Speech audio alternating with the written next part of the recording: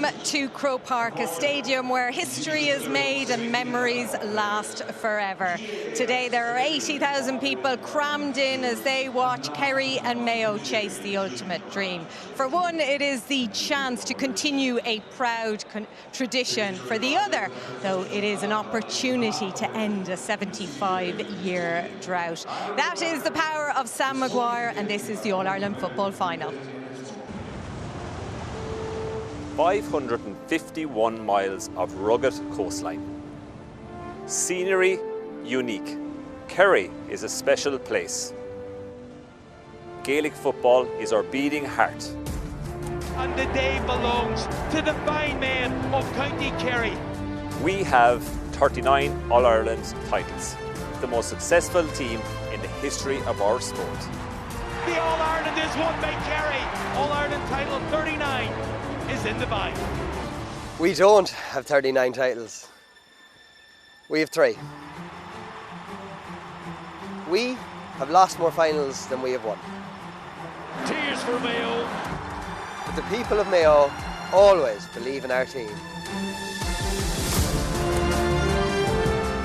Like, we are stone mad about football. Told ya. It's our Gaelic footballers that hold the identity of our people. We pass our love of Gaelic football to the next generation. Their heroes are the Kerry players of today. My favourite player is David Clifford. My favourite player is Paudie Clifford. My favourite player used to be my dad, but now my favourite player is Joe O'Connor. This Mayo team are like gods to our young people. My favourite player is Kobe McDonald. Our favourite player is Ryan O'Donoghue. My favourite player used to be my father, Pádraig O'Hara, but he's not playing anymore. So now my favourite player is Sam Callahan. Title number 4 for us would do just fine. I do feel for Mayo, but for me, Kerry will win. Title number 40. I was lucky enough to climb Mount Everest. It was tough. Now Mayo have their own mountain to climb. The greatest of the lot. Yes, for Mayo, this is their Everest, a chance to bring Sam Maguire back to the West for the first time in 75 years and write one of the greatest chapters in the county's sporting history. With an inside forward line exuding confidence, can the exuberance of youth and Kobe's potential last dance change Mayo's final fortunes? In their way, though, it's the Kingdom, the defending champions, the heavyweights of football. No county more familiar with this stage. All-Ireland finals are woven into every Kerry person's identity. A generational player leading the way in a team chocked full of talent. 70 minutes stand between Kerry and a famous 40th Sam Maguire. So it is the All-Ireland Football Final, Kerry against Mayo, live and uninterrupted here on BBC Two and right across the UK on BBC iPlayer. Throw-in is less than 30 minutes away. So it is lovely to have you with us in a slightly more shaded and potentially cloudy, primed for a little bit of rain here. It's not what we've been used to in the last couple of weeks, but we are set fair for what promises to hopefully be a cracking All-Ireland Football Final.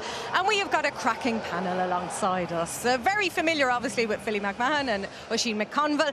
Killian Young joined us from a Kerry perspective for the semi-finals. He's back again. And delighted to welcome Pádraig O'Hara to the team for the final and for the Mayo perspective. And Pádraig, I might give you the first words because I walked down to Croke Park very early this morning. It was about 6 hours before throw-in.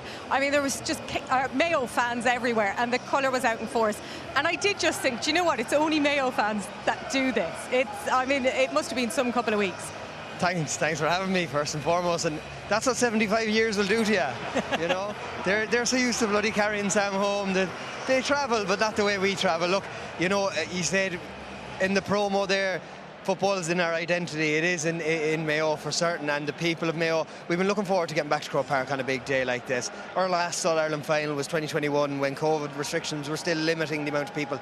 This is the first time you've had a full house here and Mayo involved, and I've been talking to people all week. I've seen the banners, I've heard the noise, I've got every message under the sun from your mother, your father, your uncle about tickets and people you've never heard of. But Mayo are so excited. I've been around Dublin the last 2 days and it is just pure and utter Mayo fever. It's brilliant, brilliant. Killian, you're so used to it in Kerry. What's it been like, this build-up? But there's a real expectation, isn't there, from people outside of Mayo that Kerry should do this? Yeah, do you know what? It's actually a bit different. When you think about last year, the form coming into the final last year, they were just immense in relation to the build-up in coming into that final. They were on form, I think. You're talking about 13 out of 15 were at their best. This time round, slightly different. Everyone is obviously tipping Kerry against Mayo, but ultimately, in the last 2 games, there hasn't been performances, and that's probably a good thing for Kerry because they do need to get a performance today. You need the other type of players to be stepping up today, the likes of the Graves O'Sullivans. We know that Thomas Sullivan's in there. That's going to be a very interesting one. But look, there's a lot of guys that we're asking to step up today, and Kerry simply need a performance. And Philly, I know the hurling was obviously last week, but a lot of the conversation this week has been what happened there with Galway against Limerick, and seeing the power and the might and the experience of Limerick coming to the fore, saving their best to last, and Galway not showing up really at all. And I suppose there's a concern that potentially that might happen Mayo today. I definitely don't think it'll happen in the first half. I think nothing will be won or lost in the first half unless it's a complete disaster and Kerry are just on it and they're getting goals and the floodgates are open, which is a big thing to happen. I don't think that's going to happen. I think Mayo will want to keep it tight. Then if it is going to open up, it might be at the end of quarter 3 into quarter 4. But I look, this season has been absolutely bonkers. It wouldn't surprise me if there's a big upset, but I still think Kerry are ahead, even though their levels are a little bit lower than the normal standards. And I think that's the thing, Oisín, isn't it? I mean, we've all been fools this season with our predictions, haven't we? And also with this Mayo team, you know, especially that inside forward line and the youth and the exuberance that they have, that actually this could be something different. Yeah, and I suppose the thing that's been levelled at Mayo in previous finals is, do they have enough up front? These lads are averaging 17 points between them per game. I mean, if they can get to that tally again and they can get contributions from all over the pitch, 30 scores is going to be hard to beat in an All-Ireland final. So, but that they need to be the best version of themselves today, not necessarily get wrapped up too much in what Kerry are going to do. Kerry are going to offer up chances to Mayo today. Their thing is they just need to take them. But look, you would have to think at this stage that Kerry are slightly ahead. I do give Mayo a real good chance today. OK. We'll get back to the analysis momentarily, but it's such a big day, isn't it, in Irish sporting life? So let's get to Conor Phillips, who is up with some very important guests. Yeah, today is going to be a day of drama. So I'm joined by people who know a thing or two about drama and some comedy as well. So how is it going to go today? I'm joined by Rachel Duffy, who you will know from Traders. Now, Rachel, welcome. It's good to see you. Now, with your, and there's a few spoilers here, with your MI5/FBI training, what would you be saying to these wonderful people who are taking to the pitch today to try and get that little bit of, I suppose, tension out of the system? Do you know what, Conor? I don't know if any of the FBI training would help, but I'd be saying just to make sure that they're nice and calm, go out in the pitch and they're not showing any nerves together. But it's an amazing atmosphere. County Down girl in Croke Park for the All-Ireland final. It's a phenomenal atmosphere to be in. So, yeah, I don't know what way it's going to go. I like the way you've said, I'm a County Down woman, that's who I am, that's my identity. I'm joined also by... that in. Well, look, I'm joined by comedian Jarlath Regan, and I'm not quite sure what the situation is here. So, Jarlath, I think, let me see if I've got this right. Born in Kildare, lives in Meath, and has got a Mayo jersey on him today. Jarlath, you're welcome. I'm delighted to be here. The jersey presented to me by Pat Jennings from the TF Royal in Castlebar. I'll be coming there on tour in the new year, but I have no choice but to be a Mayo man. I'm married into the family. Mayo's way back in my blood. And of course, Mayo are dressed as the Lily Whites today, so yeah, it all works out. It's got to happen today. I like this. This is the friendliness that we have up here, right? I'm joined as well by Deirdre O'Kane, who is a Louth woman. It was Mayo who, can I say, obliterated Louth? No, that wouldn't be the word you'd use at all, Conor. We just say that they won. We wouldn't say they obliterated them. I have to remember there's only 100 people in Louth, so Louth were sensational. And I shouldn't be shouting for Mayo, but I can't help myself because the dream. I can't not root for the dream. It's just impossible. I love Kerry with my whole heart, but honest to God, I don't know who's not rooting for Mayo today, other than Kerry. Other than Kerry, of course. Now, there's a few spoilers in this, so bear with me if you're a fan of Line of Duty, right? The new series is being filmed as we speak. And the gentleman who's to my left-hand side, right, here's a spoiler. There he is. It is H from Line of Duty. I don't know if I want to talk to you. Nigel Boyle, you're very welcome indeed. A man who knows a thing about Gaelic football. Plenty of years playing this as well. Yeah, thanks, Conor. Delighted to be here. Yeah, I played for 13 years in London, and my parents are from Fermanagh, so my cousins Sean and Shamie Quigley played for the county at senior level. So I grew up with a lot of Gaelic culture. But the atmosphere here is just amazing, isn't it? Look around, it's unreal. So can you be the only person here who's looking for Kerry to win? No, I think Mayo deserved the win, I think. Right, okay, so the dream is still alive. Let's see how it plays out. Our very own Ted Hastings is down pitch side. Here's Mark Sidebottom. And feeling like an errant schoolboy, I'm right on the edge of where the real deal meets the synthetic. Now, if I step on there, I could be hiked out of here. Only the greats get to step on there, but it sure is a privilege. And I have two of the greats with me, Owen Mulligan and Brendan Devaney, who have graced that. I'm going to get the team changes in a moment, but carrying away, they have shares in this stadium. They're going for a 40th All-Ireland title today. No surprise there, but Andy Moran's first year in charge. Is it a surprise to you that Mayo are here as quickly? Well, he'll say himself they're ahead of schedule, to be honest with you. But you can't take it nothing away from him. I know the trouble with the Rossies and then Tyrone in the other rounds, but they've really stepped up to the mark. You see them against Louth, the pressure they put them under. Louth found it very hard to get out, and they need to do the same here today. It's just get the claws into it and go hell for leather. Brendan, I spoke to Aidan McGarrell and Colin Boyle, the respective backroom teams in underneath, and I asked them both the question. Given that we now know how significant the toss and the winning of it is in Croke Park, because the Davin end is the 2-point scoring end, I think there's been something like 80 points in that end, 30 in the other end. How significant is it in winning the toss, and then what informs whether or not you play into the Hill or the Davin? Yeah, big in the last two games, I think, Sadie, because of the defensive setup. Of course, Mayo don't do that. They're going to come after Kerry all over the pitch. It's the way they play. They will drop in if it's a slow attack. They will try and get sweepers back in. But you're right, the Davin and something like a 5-1. I think it probably matters even more so which half that is. You would think it has to be Mayo with the 2-point attempts in the second half that maybe, as we keep thinking, Kerry's probably going to control the game, and it's Mayo that has to come with a late surge, and 2 points is going to be key to that. There is one change in either team. Mayo have brought in Tommy Conroy for Jordan Flynn. Jordan Flynn will start, and Kerry have brought in Thomas Sullivan for Diarmuid O'Connor. Your immediate thoughts on that in terms of those changes, how significant or not? I don't think they're significant, Sadie, to be honest with you. I think Kerry's strength and depth is amazing, as we've seen with Mayo as well.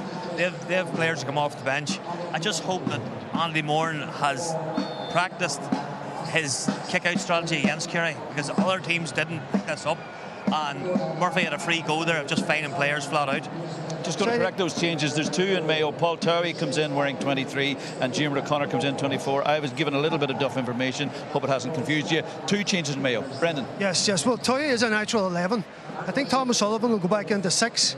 But if you look at it, Graham Sullivan played at half forward all last year, so he's a very natural fit to drop in. It does take away from the 4 a bit, but what a player they've come in, Thomas Sullivan. So you're saying Conroy isn't in then?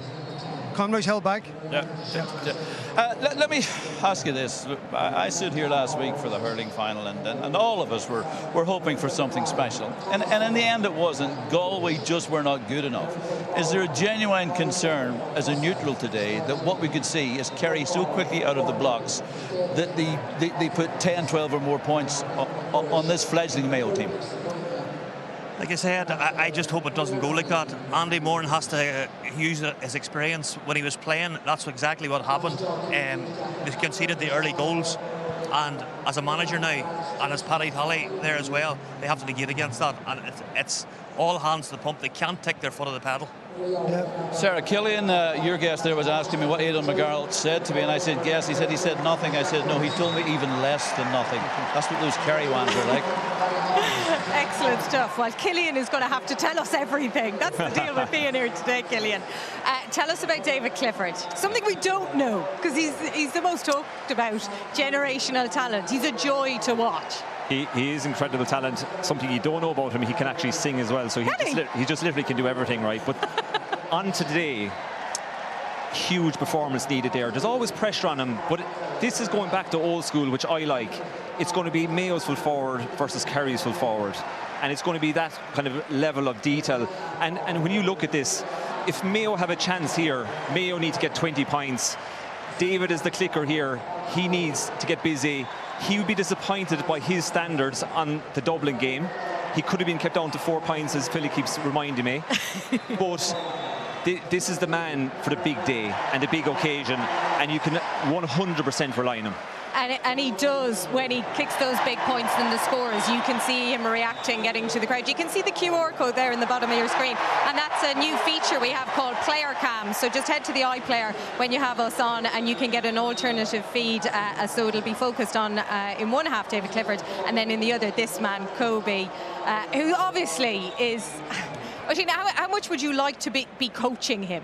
Yeah, well, there's not much coaching on him, I don't think. I think you let him at it, you let him free, and I think he seems to have that role, because if he's not involved in the play, his tendency is to come out and get involved. We've seen him getting kickouts. The interesting thing for me is Jason Foley is playing at a different level defensively than anybody else I've seen. In the league game, he picked up Dara Byrne, and then he moved on to Kobe McDonald. And that's an interesting call, I think, for Kerry today. Who does he go after? Like, Kobe McDonald goes out the field, Jason Foley goes out the field. That's ideal for Mayo, because they're dragging their best defender out the field, and they'll get a little bit more room inside. And Ryan O'Donoghue and Dara Byrne have already showed that they can do massive damage in there. They are the sort of things that Mayo need to be thinking about, rather than, you know, is the occasion going to get to us, any of that sort of thing. I don't think the occasion will get to Mayo. I really don't. I think Mayo have owned it this week. They've owned the hype and all of those things, and they come in here today. And actually, when I look at the two teams warming up, they both look just really relaxed, really set about, you know, getting through the next 13 or 14 minutes.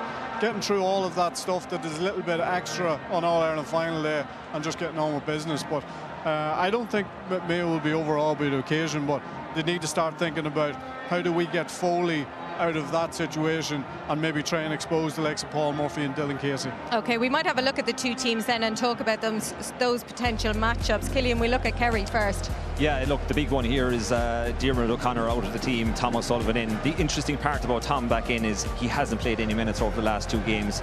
But what I see is that he will fall back. Graham O'Sullivan could switch with him. And it's a matter of, does he have a role or not in the full back line or the half back line? That's something we have to wait until the ball is thrown in. But I spoke about them. It's the full forward line. It's about the sharpshooters, and for Kerry, that's where they're going to rely on. They need to score 20 points today. They need to outscore Mayo in that regard, and they will be really baying for a strong start, I should say. Yeah.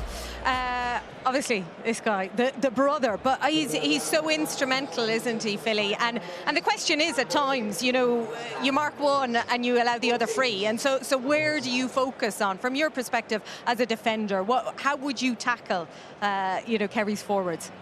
Well, he was the key the last day. He actually slowed the game too much in the first half the last day. He was getting the ball a bit further out the pitch, which allowed Dublin to sit into a tight defence. And then what happened then was David Clifford and Guinea went quiet because of it. Second half, he pushes a bit higher. He gets on the ball. He's a bit more penetration in his play.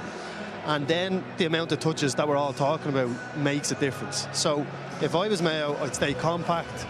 And when he steps in certain zones, then I'd have a man pressing out to him, making sure they're locking on. Will Kerry play the same kind of role for him today? I'm not too sure. They might just paint 2 different pictures again, like they did it with Dublin. Just make Mayo fall into the trap by thinking they're just going to play it around the 45 and then the second half they'll go. Or they might just play him high at the start. Pádraig, we'll get you to talk through the Mayo team, but I can tell you're smiling and you're enjoying the song that's ringing around Croke Park. I'm trying not to join in the singing. I mean, Lanroy, if you want to. This must be a home ground, is it? All Mayo songs. Actually, look, you left it empty. You could have just won the semi-final if you hear yourself. We've too many already, man. I know. Funny enough, he said that to me one day in Castlebar. We might talk about that later on. still not happy about that one, Philly. Pork, let's have a look then at the team. Yeah, Mayo team. So, like, just quickly look at the changes, right? So, Paul Towie's been playing a lot of football. Conor Loftus, to my knowledge, is not injured, so I expect to see him come into that role again. He's been closing out games with the likes of Tommy Conroy, so I don't see a major issue there. Diarmuid O'Connor, I don't have an issue with Diarmuid by any stretch of the imagination. He's an absolute warrior. What I do have a slight concern around is Stephen Cohen not playing. So if we have an injury to Stephen Cohen, I would argue from the outside looking in, he's been the catalyst to fixing the Mayo's defensive issue. So if you think back further in the year, up until that Meath game in McHale Park, we were getting absolutely sliced open. It was so simple for teams to score goals on us. Stephen Cohen was a big part of why that hasn't been happening now.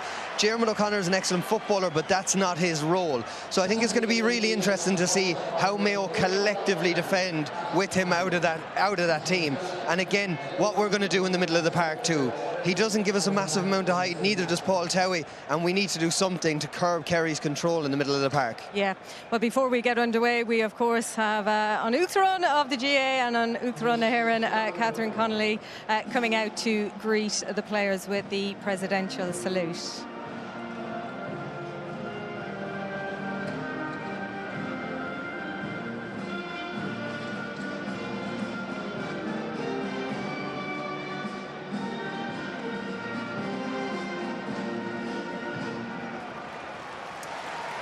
So, President of Ireland, Catherine Connolly, about to walk out and meet the players. And interesting, Oisín, because you were saying that both of them, they look unfazed, but this is now where it gets slightly different, isn't it? It's these moments, you know, for Mayo in particular to be dealing with now.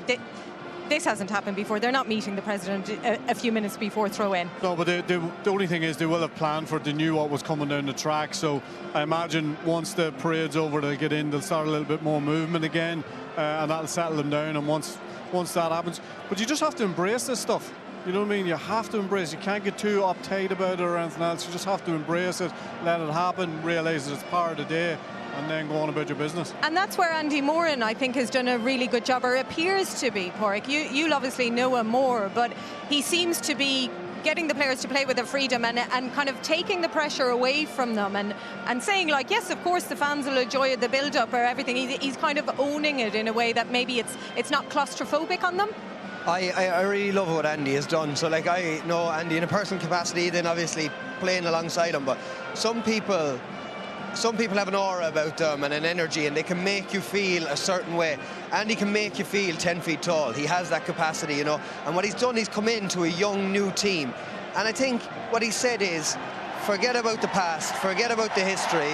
We're writing chapter 1 of this team's storybook. And that's what we're watching unfold here today, is chapter 1 for this Mayo team. This isn't what has gone before. It's nothing that I was part of or teams before that either. And he has instilled a freedom and confidence in them. These are senior footballers. It's something we kind of looked for years ago too, is let it be free, let it be free flowing. Yeah. Put trust in the man beside you, and we'd certainly have the capacity.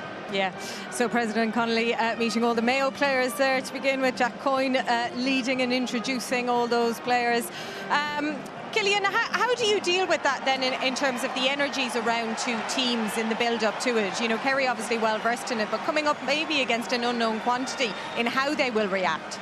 Yeah, like, I think Kerry need to worry about themselves. I think, like, one, we haven't really discussed it, the disruption across their bank of four in midfield. Like, how do they react to that? We obviously know the three that they have there already, but how do they bring that fourth man in? Because they like to work in twos. So that's immediately brought disruption. So they obviously knew this for a couple of days. They need to get themselves ready for this. It's going to be the first 10 or 15 minutes. They will target Mayo, saying they have played Division 2 teams here.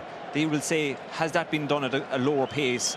They'll look at that as preparation to go really hard at them, test them at all cylinders and really tackle hard, bring that intensity to midfield. And that's really going to be a good stead for Kerry at the beginning. How much of a focus, Philly, do you think will it have been for Kerry to negate that inside forward line? We saw what they did 2 weeks ago, and that's Mayo's biggest threat. So how much work would have been done on that, do you think?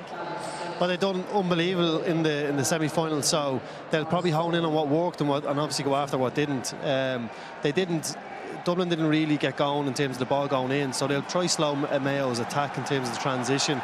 Primary possession is key. Having those 3 players in the midfield area will stop then obviously the Mayo attacking, so that's key. But I also think Kobe going out the field, which he does, could be a bit of a danger for Mayo, because he could get a good clatter out there with the boys that Kerry have out there. They're big boys, and I'm sure he'll be protected by the Mayo lads out there as well. But I'd like him staying in, maybe he won't, but I'd like him staying in close to goal, because he's so dangerous, and his agility and he's just so free playing. And I think if the ball's coming in, that's exactly what he'll do, but he doesn't like not to be involved. If he's not involved, he hasn't touched the ball for 5 minutes, he's not staying in there. He's just too much of a free spirit. He's back out in the middle of the field, he's winning ball, giving simple ball in, and then all of a sudden that sort of can turn the momentum for him sometimes. And he should use that opportunity as well. Kobe will know with Diarmuid O'Connor gone, that big tall man out on the other side, he will go on the cheat side for the kickouts as well. He'll know there's opportunities to get on ball, to settle Mayo into the game. I think they'll really target that. Defensively for Kerry, do you think Mayo can really kind of go at that? Because potentially there have been some concerns there this year for Kerry. Where do you think they can try and really penetrate? Oh, look, of course they're going to say they can, but I go back on the point and echo what you're saying. We have yet to play to this tempo, I think, and I think that is actually a fair statement. Our journey to the All-Ireland final hasn't been what Kerry have gone through. They've gone to absolute war here with what I would argue was the best version of Tyrone, not a bad version of Dublin either, and we haven't probably had that challenge yet. So I think I keep coming back to 2 words all week when I've been thinking about this. What do Mayo need to do to cause problems in their full back line, to cause trouble in the middle, to actually be in with a chance? And it comes back to just pure pride and courage. They need to be really, really courageous. I think they need to run off the shoulder. They need to commit men forward. If we become a conservative or slightly passive team and stand back and go, well, let's see what Kerry bring to the table, this affair could be over really, really quickly. We just need to go. Can they upset Kerry? Kerry have had a lot of it their own way. You know, 100% retention of kickouts. Can they turn a couple of them? Can they turn that around? And then Dublin had a massive amount of chances against Kerry, but they didn't convert them. It's up to Mayo to do those 2 things. Disrupt and then convert. Yeah, well, the teams are just coming down, approaching Hill 16 right behind us. The noise levels are getting very loud now. I think I heard that Mayo won the toss and they're going to play into the hill for the first half. Yeah, 100%. Of course they will. And like, that's in simple terms for listeners there. Like, there's a breeze here today, but it's not as heavy as it has been. It's a bit more passive, but there's Kobe and there's the noise. For him as well, I know there's been lots of talk. You know, you want him to have great memories, don't you, as he heads off in his new journey as well, and maybe he might reappear in the future at some stage. He's got one chance, as he put it himself, which is incredible. That man is living out a movie. It's Hollywood stuff what he's doing at the moment, like, and you know what, it's incredible. That's a great win. That coin toss is huge there. That means we'll have the wind at our back in the second half, and that 2-point option will be there coming down the stretch. I wouldn't underestimate that. And that's the critical part, right? So we know that Dublin were really successful at the start of this game and the semi-final, where they really looked at targeting Kerry, going in defensively really narrow, and prevented them with the 2-pointers scoring to the hill.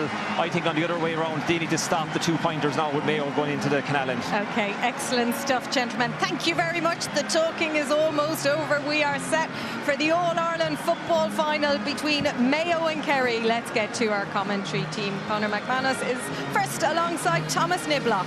Sarah, thank you. I cannot hear myself think. There is not a place in the world I'd rather be than right here, right now. And I was speaking to someone in Mayo last week where they said they can deal with the disappointment, but they struggle to live with the hope. And it's hope that this Mayo team constantly brings. Yeah, listen, and they do it. It's a brilliant place for Mayo to be. Like every other county in the country would love to be where Mayo are today. 2 or 3 minutes out from the throw-in in an All-Ireland final day. No matter how many times we see this stadium and how many times we see it in All-Ireland final day, it blows you away.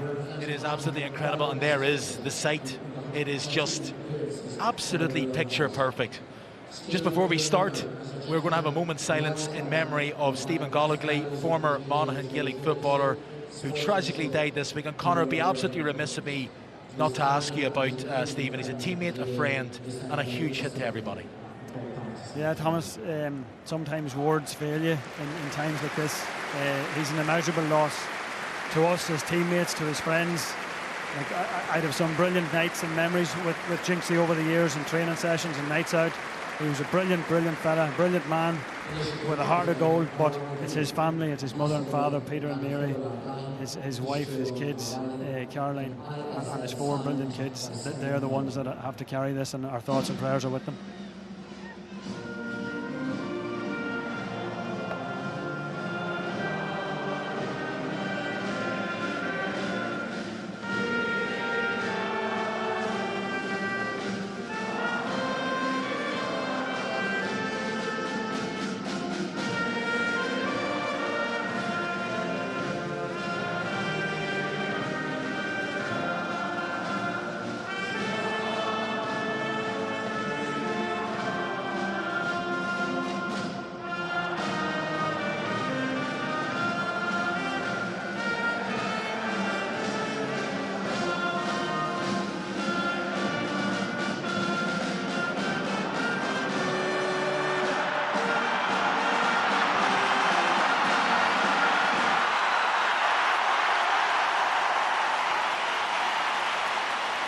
Well, it really is the only show in town of any town.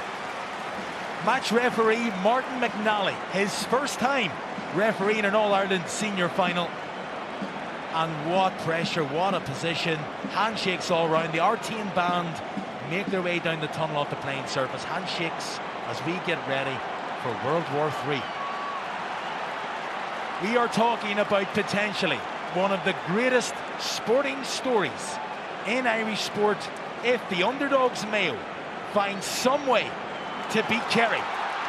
The All-Ireland final is underway, and it's Mayo who win the breaking ball.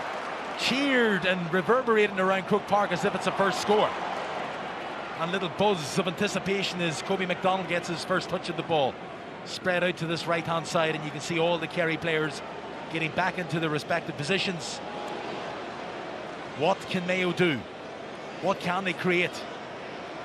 Trying to stay and play and unable to do so. And for all Dara Byrne's brilliant quality he's displayed this year, it's his first season playing into county football. The sideline was not his friend, and he made the wrong call. Just a slight wrong call for Dara Byrne. Listen, it's tough, the first possession in these types of games. You know, it's not an easy environment for a 19-year-old. But listen, Dara Byrne will settle into the game here now, and hopefully that'll not affect him too much. It means Kerry have possession of the ball. Number 25, who's Tom O'Sullivan, back on the starting 15 of Kerry. Shawnee O'Shea, exactly the same.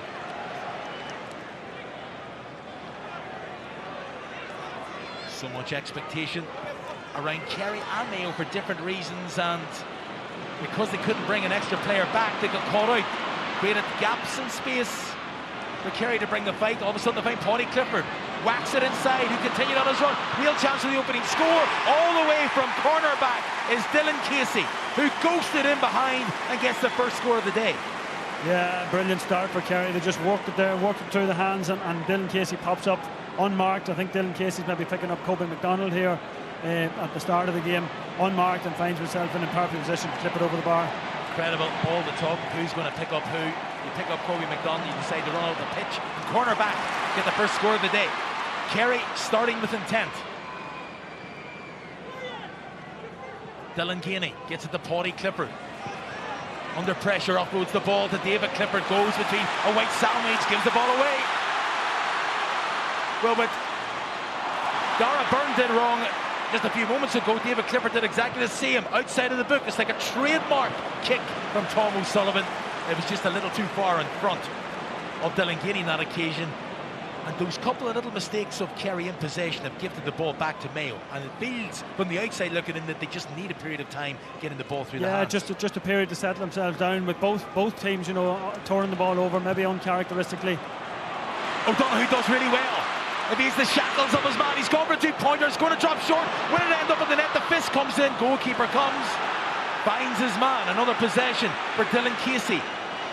Well, people talk about the word chaos, and that felt a little bit like it. Yeah, well, there's no to serve to Jason Foley there.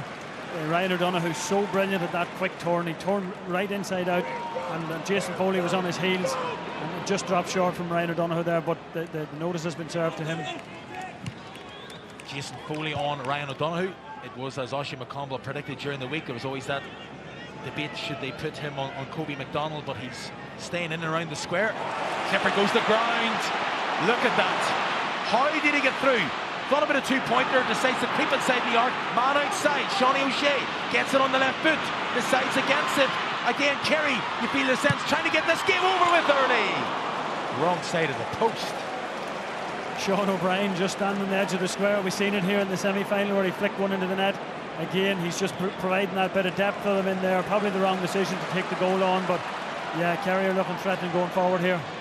Well, 6 of the last 7 All-Ireland finals that Mayo have played in, they have conceded a goal in the opening 10 minutes of the game, and you just get the sense at which Kerry are going at this, that they're not contentious to take the easy point, they're really going at it. No, they're going for them, and there has been chances and options maybe on where they could have maybe made the easier decision, the easier choice, but it looks like they're going for their throat area here, and so far Mayo are still holding their ground, and hopefully they can get on the board here early from their own point of view. And maybe a signal into Kerry also.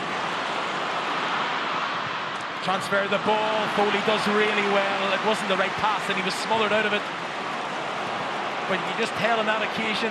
And then the Hessian was coming back. He didn't have a left foot to kick the point over the bar, and he was defended on the right. David Clifford, time and space, going to go for it, curls it brilliantly between the posts. Yeah, listen, talk about turning defence into attack. 3 kicks at the ball. Ball kicked from Shawnee O'Shea up the field to Graham Sullivan. Kicks it to David Clifford. Wins possession, turns, takes his man on and kicks it over the bar. 3 kicks at the ball and it's over the bar within 10 seconds. And the ruthless efficiency of Kerry on full display for everyone. 5 minutes on the clock, nearly 2 points to no score. But it was Mayo on the attack, and the player advancing so quickly he didn't have the left foot to kick the shot. The defender smartly marked him in the inside, knew that he was going to have the pass, and that allowed all the players to gather around Ryan O'Donoghue and meant he was smothered out of possession. Kick out one big Kerry, diagonal ball into the younger of the Clifford brothers from the older. Paddy to David, begins to open up. David Clifford fists it, over the bar it goes. 2 points on play in a minute. We played 6 minutes. Yeah, and that is the most unenviable task in Gaelic football at the minute, is standing in the full back line with David Clifford and 20 yards of space in front of you. He can go right, he can go left, he takes you on this occasion on the inside. Don't show him his left foot, take him on the inside, and he fists it over the bar. Donegal McHugh, who once again is picking up David Clifford, his experience of doing that. He did it earlier this season. An unenviable task. Breaking ball in the middle of the park is won by Mayo, who decided straight away to go backwards. It was Dermot O'Connor, the Ballintubber player, who managed to get his mitts on the ball. And the Hessian.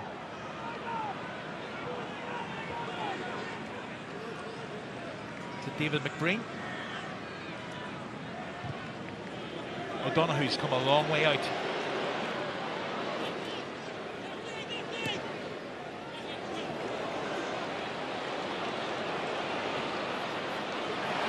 As he fouled, referee says no. And eventually the ball goes out. It will be a Mayo sideline play, but nothing easy got in there, as Paul Toey will testify. Really interesting that Ryan O'Donoghue's coming really, really deep. He's bringing Jason Foley with him. In theory, should create gaps in behind. Hessian gives it on to David McBreen. He tries to go with a fist of Mayo. Get the first score of the All-Ireland final. It's taken 7 minutes to happen, and all the way back from centre half. David McBreen used all his guile and skill, and that was a brilliant point. Brilliant catch in the middle of the park. Jack Carney, who's having an outstanding season. And if Mayo are going to do the business today, they will know they need him to be at his very best. Sam Callanan.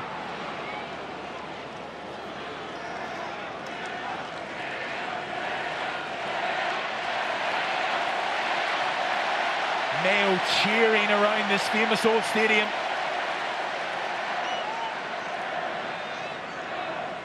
Hessian again. He's handled a lot of possessions from a Mayo perspective thus far. The most, in fact, of any Mayo player. Yeah, and the Hessian has had a brilliant season for Mayo to date. He's very much in all-star form. He's handled a lot of ball for Mayo, particularly in their attacking end of the field. Kobe McDonald brings it in field. He's looking for the pass. He's looking for the backdoor cut that wasn't available. In fairness, he had the sense not to force the issue. Jordan Flynn plays the 1-2, gets it back again. Tried the delicate pass and it works out. McBreen back again, picks it up. Kobe McDonald finds his man. Carney again in the middle of the park. Mayo having to work really hard to try and find any gap to get by Kerry. But there's no long score on. The option from a long 45, a two-pointer isn't really on here into the wind, so they have to get right inside the rear guard to get any option. McDonald finds his man. Brilliant footwork, Hessian's there. And just the way it all opened up, the door was slammed closed yet again. Mayo recycle. They're going to force it. Has he got it? The answer is no. No, and I was just about to say this was really good patient play on Mayo's behalf. Keeping the ball, keep it moving, keep probing. Wait till the right option comes, and Jordan Flynn on that occasion just takes the wrong option. Shane Murphy's having difficulty getting this quick kick out. The jeers echo around Croke Park, force them to go long. Look at that. Hit a bad shot earlier. Jordan Flynn more than makes up for it. Now this is the quick attack that they need. Darburne's going to go for it. He's going to force it. Has he got it? No. Second one of the day that's dropped short for Mayo. Yeah, Mayo just need to make the right option when they're going forward, and you know, the crowd and the atmosphere is behind them, and the tendency is to maybe to take on a shot or take on something that's maybe not on, and you just have to have that wee bit of composure in that final decision. It was a little purple patch for Mayo on that occasion, but they only got 1 point from it. And they commit a free inside the Kerry half, and Kerry were struggling to get the ball out of their own half. Delangani on Byrne loses control on his feet, and when you make any kind of contact, you're in the back foot, and referee Mark McNally gives the free to Kerry.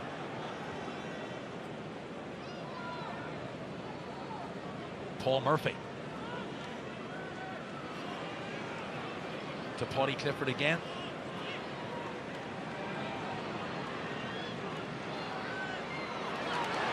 Tackling is ferocious, and the referee is given the free. He stopped the play. He stopped the play for the injury. Well, it'd be very interesting to see what he's on. It's either a free, you would have thought, watching this, or else he overcarried it. So he blew the whistle for the... No, I know he blew it for the whistle for the injury, but it was right at the very end of that play. So it would have been really interesting to see what he was going to call. I suspect he'll give possession back to Kerry again, but Paul Murphy is under severe pressure as Guinea gets back on his feet again, and Guinea will have to leave the pitch to come back on again. Kobe McDonald, he is the live player cam, so take a little picture in your phone, your second screen, will be your phone or whatever device you have at hand, apart of course from the television. That's it. If you're watching on the television, you can watch Kobe McDonald live camera, following him absolutely everywhere. It'll give you a feel for what he's about. Keith Evans is down here warming up in front of us here, Thomas, but I think Dylan Guinea might be okay. Keith Evans is just in the background just in case. Ball over the top, and it's too much.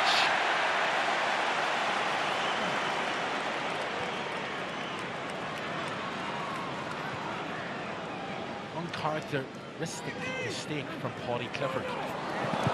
That pass. Well, it was knocked out by a Kerry hand. And there, in fairness to the linesman, he's recognised it straight away, and he's put his hand up. Yeah, you're right.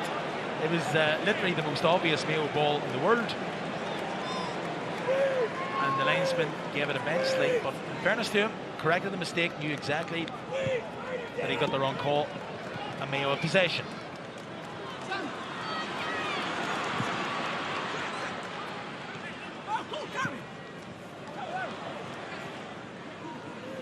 McDonald again gets rid of the ball. O'Donoghue tries I believe they call it a switch. Hessian does really well. He's hungry for possession. It's abundantly clear he's mad looking the ball. Shot comes in, and it's going to drop short again. That's the third.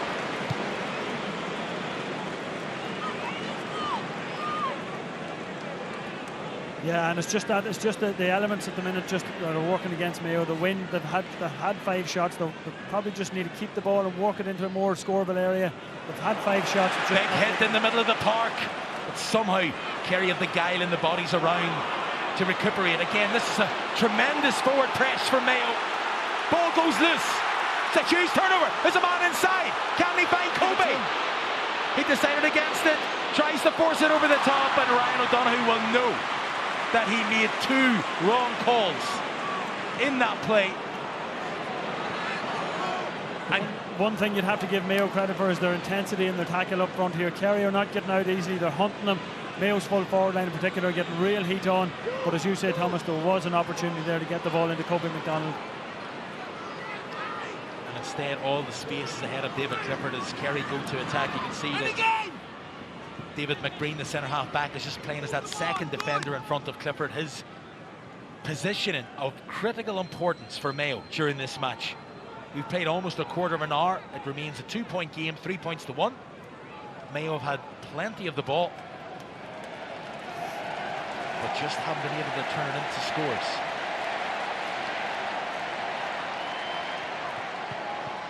Paddy Clifford directing the traffic while in possession of the ball. Gavin White dips the shoulder and goes.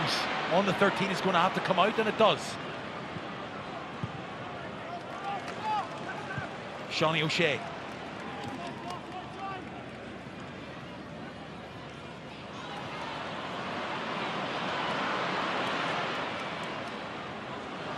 O'Shea just inside the arc, off the right boot. Makes it look so easy, and when you've so many gifted shooters from distance, from up close, so many fires and just not enough people to put them out, you're going to leave gaps. And when you have a player of the capabilities of Shawnee O'Shea in his 100th appearance for Kerry today, it can make the difference. Yeah, to be fair to Mayo, they're defending really well there. They're scrambling back, but it's just as Kerry's quick hands, they're just moving it, popping it, moving it, and then gaps are opening, and the quality of Shawnee O'Shea to take it in. Breaking ball, and look how many Kerry jerseys are around. Graham O'Sullivan finds his man, he's Mike Breen. Now it's David Clifford. Goes for the 1-2, continues on his run. And then goal, David Clifford around the goalkeeper. Donegan McHugh did 99% of everything that you needed to do, but just for a moment took his eye off Clifford, and that's your answer. Yeah, that's straight off the training ground. That chemistry that David Clifford and Shawnee O'Shea have. You could hear David Clifford off camera here calling him, give it to him. He looped round the back, fist pass over the top, and David Clifford, he's inevitable. He just took that little jog as if he was disinterested in picking up possession, and that little graphic in the bottom left-hand corner of your screen will tell you everything that you need to know. Kerry, well, it will be 80% and Mayo 20. 83-20. I mean, it is just such a stark reality of what has happened. Possession, very similar. Scoring efficiency, worlds apart.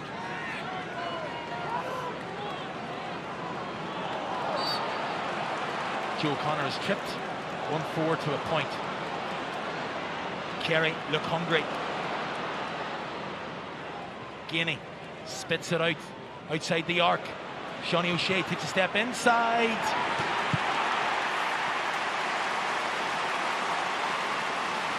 It's of obscene quality, and just within 3 minutes, with this game being a 2-point game, going relatively okay from a Mayo perspective, the gap now is extended to 7.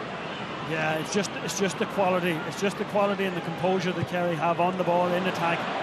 They've taken 7 shots and they've scored 1-5. And as you said, Tommy, the scoring efficiency, that's the main thing that's jumping off the pages at the minute. Scoring efficiency is what let Dublin down in the semi-final against Kerry. And albeit we've just over a quarter of an hour gone in this All-Ireland final, it is very much as what is letting Mayo down thus far. They've had possession, they've got themselves into the Kerry half of the pitch, but from then on it's been a problem. That can all change. Dara Byrne from Clare Morris under pressure, forced to go all the way back, but successfully found his man. Hessian again. Carney's going to go for it outside the arc. There's more strength in that one. Fantastic response from Mayo. He's having a fine season in 2026. Brilliant score from Jack Carney, and to be fair to him, he's popped up with these 2-pointers all throughout the championship. He's no stranger to that, and yeah, brilliant response to the goal. It's his 6th 2-pointer during the All-Ireland series. Tackle comes in and just a little too rash from Ryan O'Donoghue. It looked as if he dispossessed him okay, but it was the follow-through where he basically mounted him from behind. Paul Murphy, though, grabbed him. Paul Murphy, at 34 years of age, he's coming 35 next month. 13th season for Kerry seniors. Showing Paul used all of his experience in that one, Tommy, and he's a clever player, Paul Murphy. Brilliant on the ball, but in that occasion he got himself out of a twist there. I was speaking to Paul Murphy's father on Thursday night down in Kerry. He's a vet and had great words, and it's full of hope for his young boy would do the business. Of course, he's a former winner of Man of the Match in an All-Ireland final, hugely experienced and showing all his guile there, as you would expect. Finds himself back in possession of the ball again from Rathmore, trying to go by his man, tackling from behind. Referee's allowed it go, picks it up again. Referee's allowed it go and eventually gives the free out. Yeah, you can hear the boos ringing around the stadium here from a Mayo point of view. They're not happy with that decision. Forward press has consequences. It leaves gaps in behind. Jason Foley finds his man, David Clifford. Gives it, runs away as if he doesn't want it. Just like he did when he scored the goal just a few minutes ago. O'Sullivan finds his man. One thing you'd have to give Mayo credit for is their bravery here. They're really going after them, and that was the talk before the game. Would they go after them? And they certainly are. Tom O'Sullivan back in possession. He has played just 39 minutes of championship football this year. It was a huge call to include him from the start. But in fairness, his last game was here in an All-Ireland club final, where he helped his club win an All-Ireland club championship. That, of course, being Dingle. And maybe take 4 or 5 points in the middle of that as well, Thomas. So not a huge gamble when you're talking of a player of Tom O'Sullivan's quality. Breaking ball flicked on again to Kerry, picked up almost nonchalantly by Sean O'Brien. The 24-year-old finds his man brilliantly. Graham O'Sullivan passes it out, shot comes in from distance, wrong side of the post. So 3 wides for Kerry, only 1 wide for Mayo.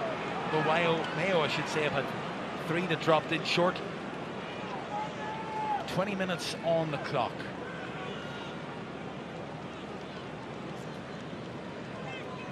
Huge quarter of an hour left until the break.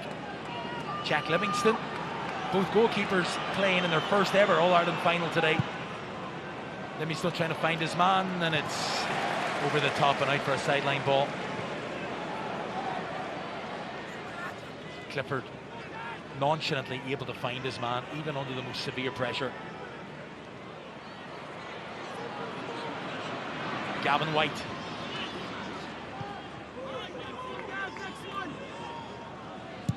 Clifford, high and dropping. It's going to go short. Goalkeepers come for it, and the referee says there's an infringement. And Livingstone, away he goes, finds his man. But again, this Kerry press becoming evident. He's under pressure. It's just not going right for Mayo. You could see exactly what happened. We have a brilliant vantage point up here at the top, but they isolated one of the Mayo players in possession within close proximity of 2 Kerry forwards, and when you do that, it displays the hunger that Kerry still have, despite the fact that they're comfortably winning the game, and that's playing into Kerry hands. Yeah, brilliant defensive work from Kerry's forward line there, and you could see Sean O'Shea off camera once the free was given, the reaction to the turnover, and they're really tuned into getting a real performance out of themselves here. So David Clifford, who's already scored 1-2, will try to make it 1-4. Clifford with a kick, he's missed it.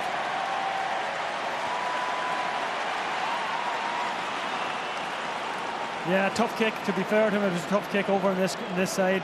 The wind was swirling, but from a left-footed free taker to miss it on that side was the issue. Jack Carney was in a mountain of space. But I tell you what, for all the pressure that Jack Livingston was under, that was a super kick to pick out Jack Coyne. And the Mayo captain making himself available, feeling the pressure perhaps of his goalkeeper, making himself available between the end of the arc and the end of the sideline, which is not a lot of room.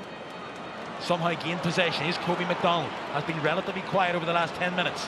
How they could do with a score, he's going to go for it, it's going to drop short, harmlessly. And Shane Murphy, who is having an outstanding season between the posts for Kerry, comfortably picks up possession.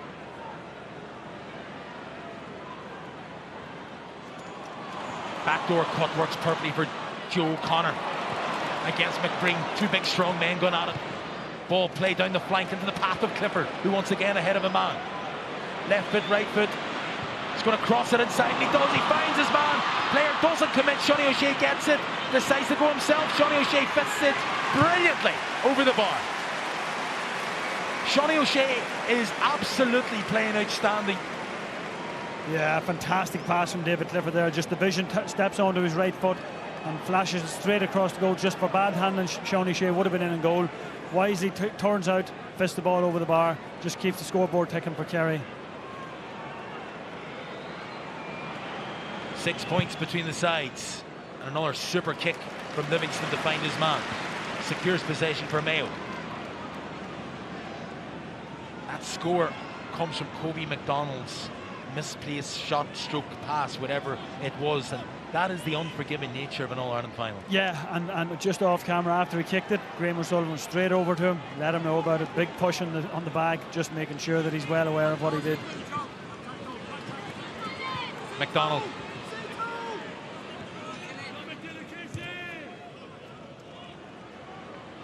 Mayo needs something to get back into the match. Hessian again, finds O'Donoghue. He's going to force it from outside the arc. Does it have it? Oh! Come of the arc, come of the man. Huge two-pointer for Ryan O'Donoghue and Mayo. It wasn't a percentage shot, but when you're behind and on the biggest stage, sometimes you got to just force it. Well, when you're Ryan O'Donoghue, it's a percentage shot. We've seen him do it countless times this year. Fantastic score. Just when it looked like maybe Mayo were drifting out of the game a wee bit, Ryan O'Donoghue pops up with a 2-point score. Brilliant. Well, it depends on the way you look upon life. This is a good or a bad thing. Toey has been taken off. Tommy Conroy comes on. He is the ace attacker who throughout the course of the championship has come on to give them a spark. We tend to see him in the second half, not the first. Fair play to Mayo, fair play to Andy Moore. They're going for it. They can see that they can potentially cause havoc in there, and they're going after Kerry. Carney picks it up again. He's got space to move into. Tries to find Byrne, who's out ahead of his man yet again. Takes it. Can't get by the shackles of Murphy yet again. Little pass into the corner. Conroy is shoved in the back, and that's first blood for Conroy is coming on.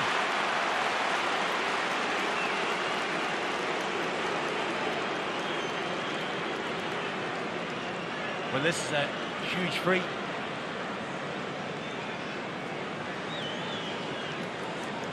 Probably the second push was the one that done the harm, and Jason Foley probably didn't need to do it in that occasion. Tommy Conroy will know that Jason Foley got there ahead of him too, subconsciously in the back of his head. It's his first ball inside. Byrne's going to go for it. The angle is not his friend. Oh! What a score! Cruelly, because of where it was at, it will only count for one. But that is a wonderful kick from Byrne, and all of a sudden, a goal between them. And we can now start to hear the Mayo fans already. It's been brilliant game so far. And fair play to Mayo, they're really testing this Kerry resolve. Pressure again from O'Donoghue on his man. Is it over Kerry, and there goes the ground. Free into Mayo. And moved in for a tap over as well. Have to say, Mayo's forward line are working extremely hard, and that's born on pure attack, pure tackling, pure intensity.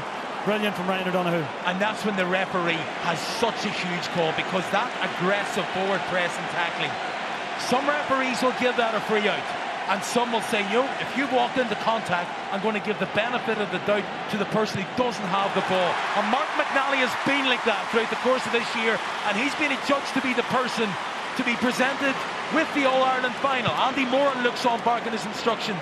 Coincidentally, the ball did sail over the crossbar. It is a 2-point game in Croke Park.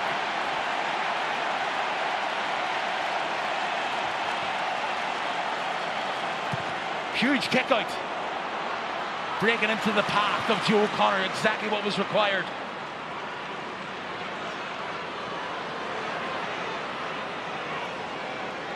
Super effort from Mayo to just make it difficult for Kerry. Subconsciously in the back of your mind, you're thinking, how long can those forwards continue to do so? It saps so much energy when they're required to effectively put the ball over the bar when they're in possession. Yeah, it's fantastic work rate on Mayo's behalf, and Kerry, you get nothing easy. In this middle third particularly, it's really hard to get through. And it's credit to Mayo's work rate and their ability just to hunt. It's amazing how games can just flip. I've seen so much evidence of that throughout the course of the championship thus far. Remember the scoring efficiency just a few moments ago, 83% to 20. It was one-way traffic. Look at it now. Mayo have pulled it up to 50. Kerry's has dropped to 58.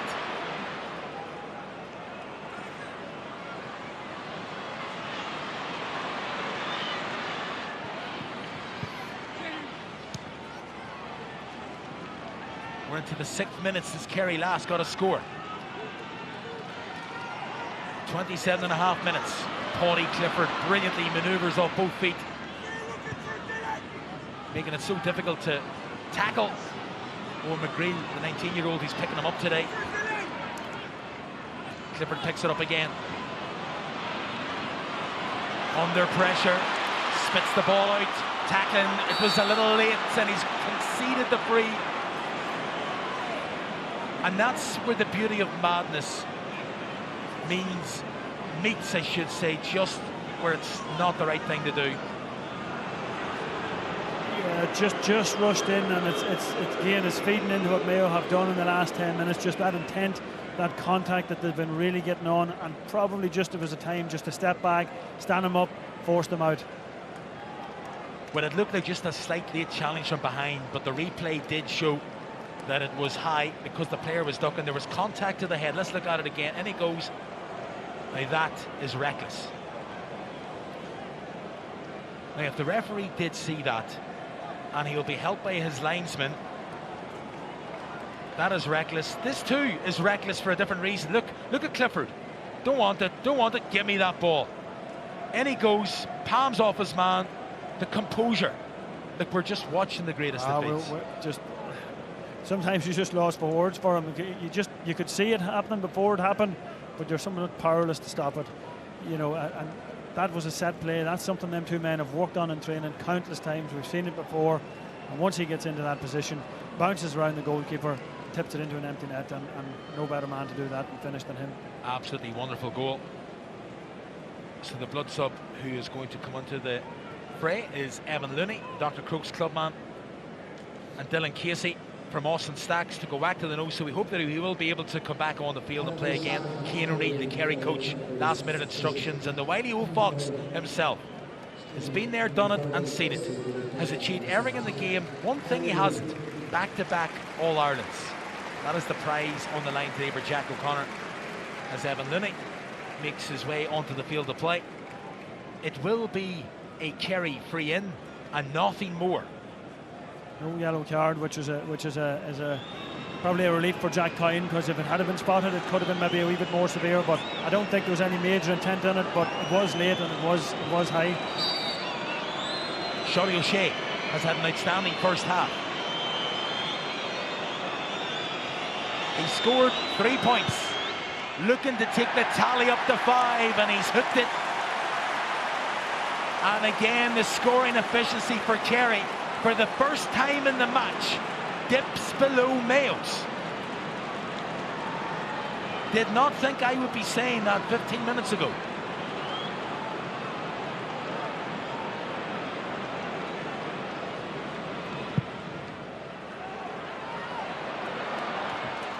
Breaking ball was too good.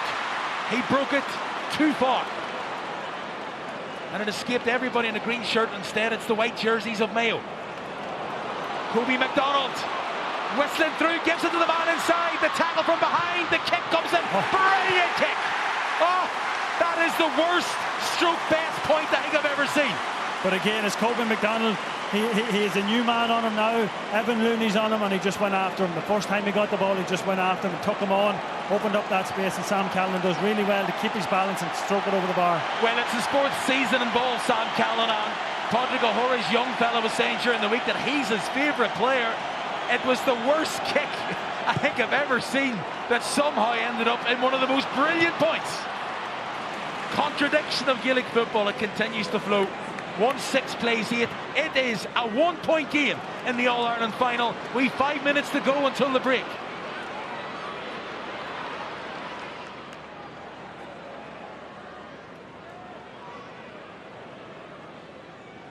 O'Shea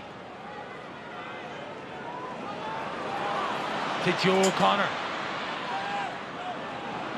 O'Sullivan nonchalantly knocks it over the bar. It'll be alarm bells for Mayo, how much space he found himself in there. As easy as you like. Yeah, that's the third shot from Tom Sullivan, his first score, but he just gets himself continually into them areas, into them pockets of space. He's more like a forward than he is a defender, but yeah, brilliantly finished from him. The effort that fullbacks have to do to come out of their own half, that's once they even secure the short kick out off their own goalkeeper, is utterly remarkable.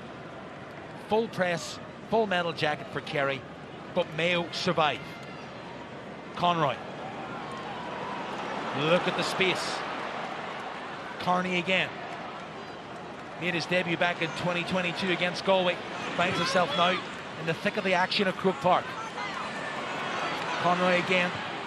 A little jig almost as he gains possession. Carney thought about it, decided against it. The position of Kerry's defence is fabulous. It is just not given an inch for Mayo, and instead they're having to constantly recycle the ball, constantly display patience, which hasn't always been a virtue for Mayo in the past. Hessian.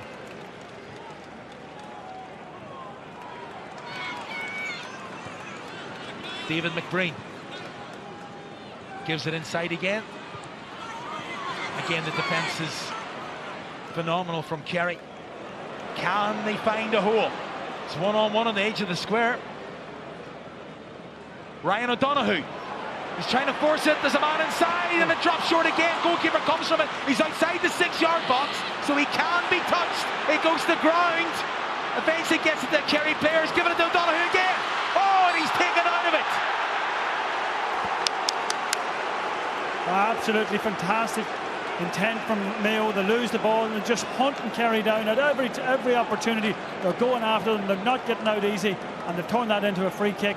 Ryan O'Donoghue probably be a yellow card here as well, and a top over free to bring the game to within a point. Brilliant stuff from Mayo. And that just came from chasing a lost cause. The ball dropped short, and because Shane Murphy was outside the 6-yard box, it meant that the tackle could be put on him within reason, and it was. No, it's brilliant play. Mayo will be very, very content with this half of football. There have been opportunities whereby they could have put the ball over the bar, but the wind is into their face. They're going to have that advantage at their backs in the second half, and they'll be very, very happy with their first half's work here. Dara Byrne, his debut season, he had a wonderful semi-final, and playing himself more and more into the match as it progresses, knocks it over the bar. 1 point in the All-Ireland final. 3 minutes to go until the break. It's game on.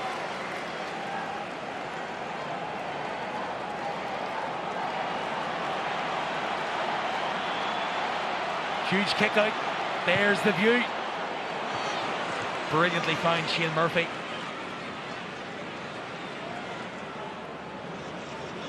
Foley again inside his own half deep. Kerry having to work so hard to come out with the ball, and that kind of aggressive forward press, they won't be familiar using it. Ball comes in, it goes out for a Mayo ball. Kobe McDonald got the tackle. Had the Kerry player not touched it, it would have been a Kerry ball, but it's then Ryan O'Donoghue is just mad looking to get on with it. And the Hessian from Gary Moore. 5 years ago he slipped into this Mayo team. He's led from the front, again in possession heavy. Finds Conroy, he's kicking from way out the right-hand side. Going to Hawkeye, I think. Mayo fans behind the goals in the Hill 16 seem to like it. So it'll be interesting to see, has that just crept inside the near post? We shall see. They will go to the television match official, otherwise known as Hawkeye, to say and find out, was that over the bar? Now, I don't know. I'm not sure if it did. But we shall see. Read into it. It's taken a while before they... Whoa! They've come back. It's a point. My God.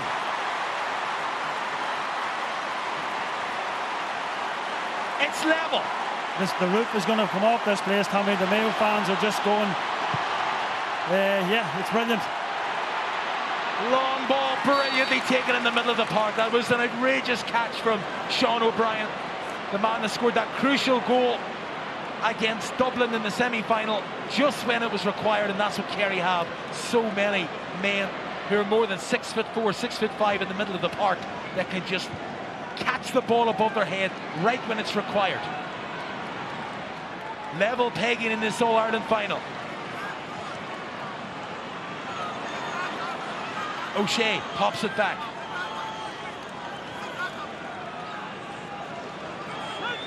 Paudie Clifford. And this is when Kerry are so dangerous. David Clifford goes to the ground. Gets back on his feet again. Another illustration of players just struggling with the surface. A little bit of rain fell halfway through that first half. Clifford back on the left, on the right, pushes off his man, brings a player into play. Joe O'Connor dips the head and goes, begins to open up. Joe O'Connor kicks it, creeps inside the post, and Kerry surely now will go into the break, a point to the good. Brilliantly worked score from Kerry there. Just used all their experience, just kept the ball moving, kept probing, and that just bit of power and direct running that Joe O'Connor has. We've seen it so many times, more so last year than from. He just breaks inside and clips the ball over the bar, and it's a really settling score from Kerry's point of view. Well, what a first half. David Clifford down on the ground, and the match referee seems to be suggesting that it was an accidental collision. But David Clifford down on the ground.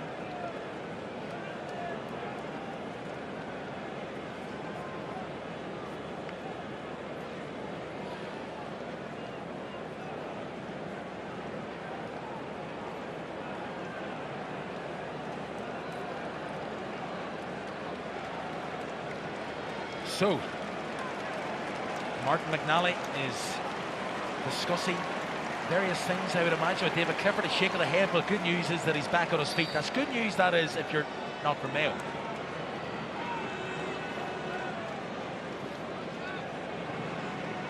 Jack Livingstone bangs it down the middle.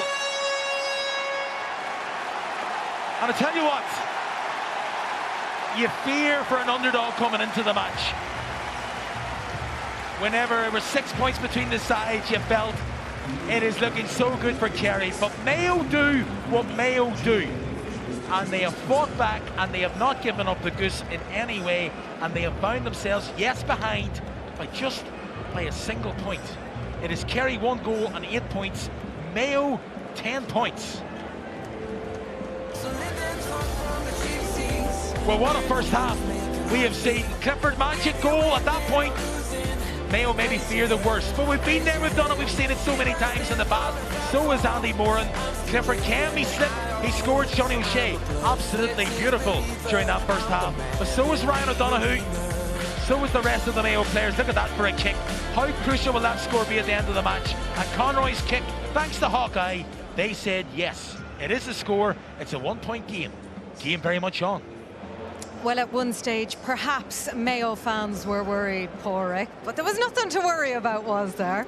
They're right back in it. Right back in it. We said it before the game. As long as we're in at half-time, I'm telling you, I'd sooner be in the Mayo dressing room than I would be the Kerry one right now. Feeling good. Good energy, finishing off the half. Slow start. Looked like we're in a little bit of bother. I've got to terms with it. We're bringing the game to Kerry at the moment. Mayo are the ones dictating how this game is going, and we'll see what the second half brings, but not a bad start at all. Killian, from a Kerry perspective, what's gone on there? What allowed Mayo back into that then? Yeah, it's really frustrating from a Kerry point of view. They're inviting on themselves. They're too ponderous around in defence, carrying the ball. They should be moving it, looking for pockets outside. So they're inviting those tackles on. So the momentum has really shifted that way. And once again, we're over-reliant on Shawnee and David. And across the board, it's been very poor. I think Jack will be very disappointed. But on the same regard, there's no need to panic here. It's a draw game. They can readdress inside, which they certainly need to do, and get things sorted. Yeah, there'll be 2 big half-time talks. We might look at Kerry's fast start to begin with. A couple of really nice points. David Clifford, Shawnee O'Shea, obviously just dictating things early on, O'Shea. Yeah, and I think we were worried. That's a turnover from Jason Foley. I think before the game, Porrick mentioned about, have Mayo been exposed to this level of football all year, the way they come into the final. All of those things have sort of played out in those first couple of minutes where you think, but even at 7-1 down, 1-4 to 1 point, I thought Mayo were getting an awful lot of stuff right.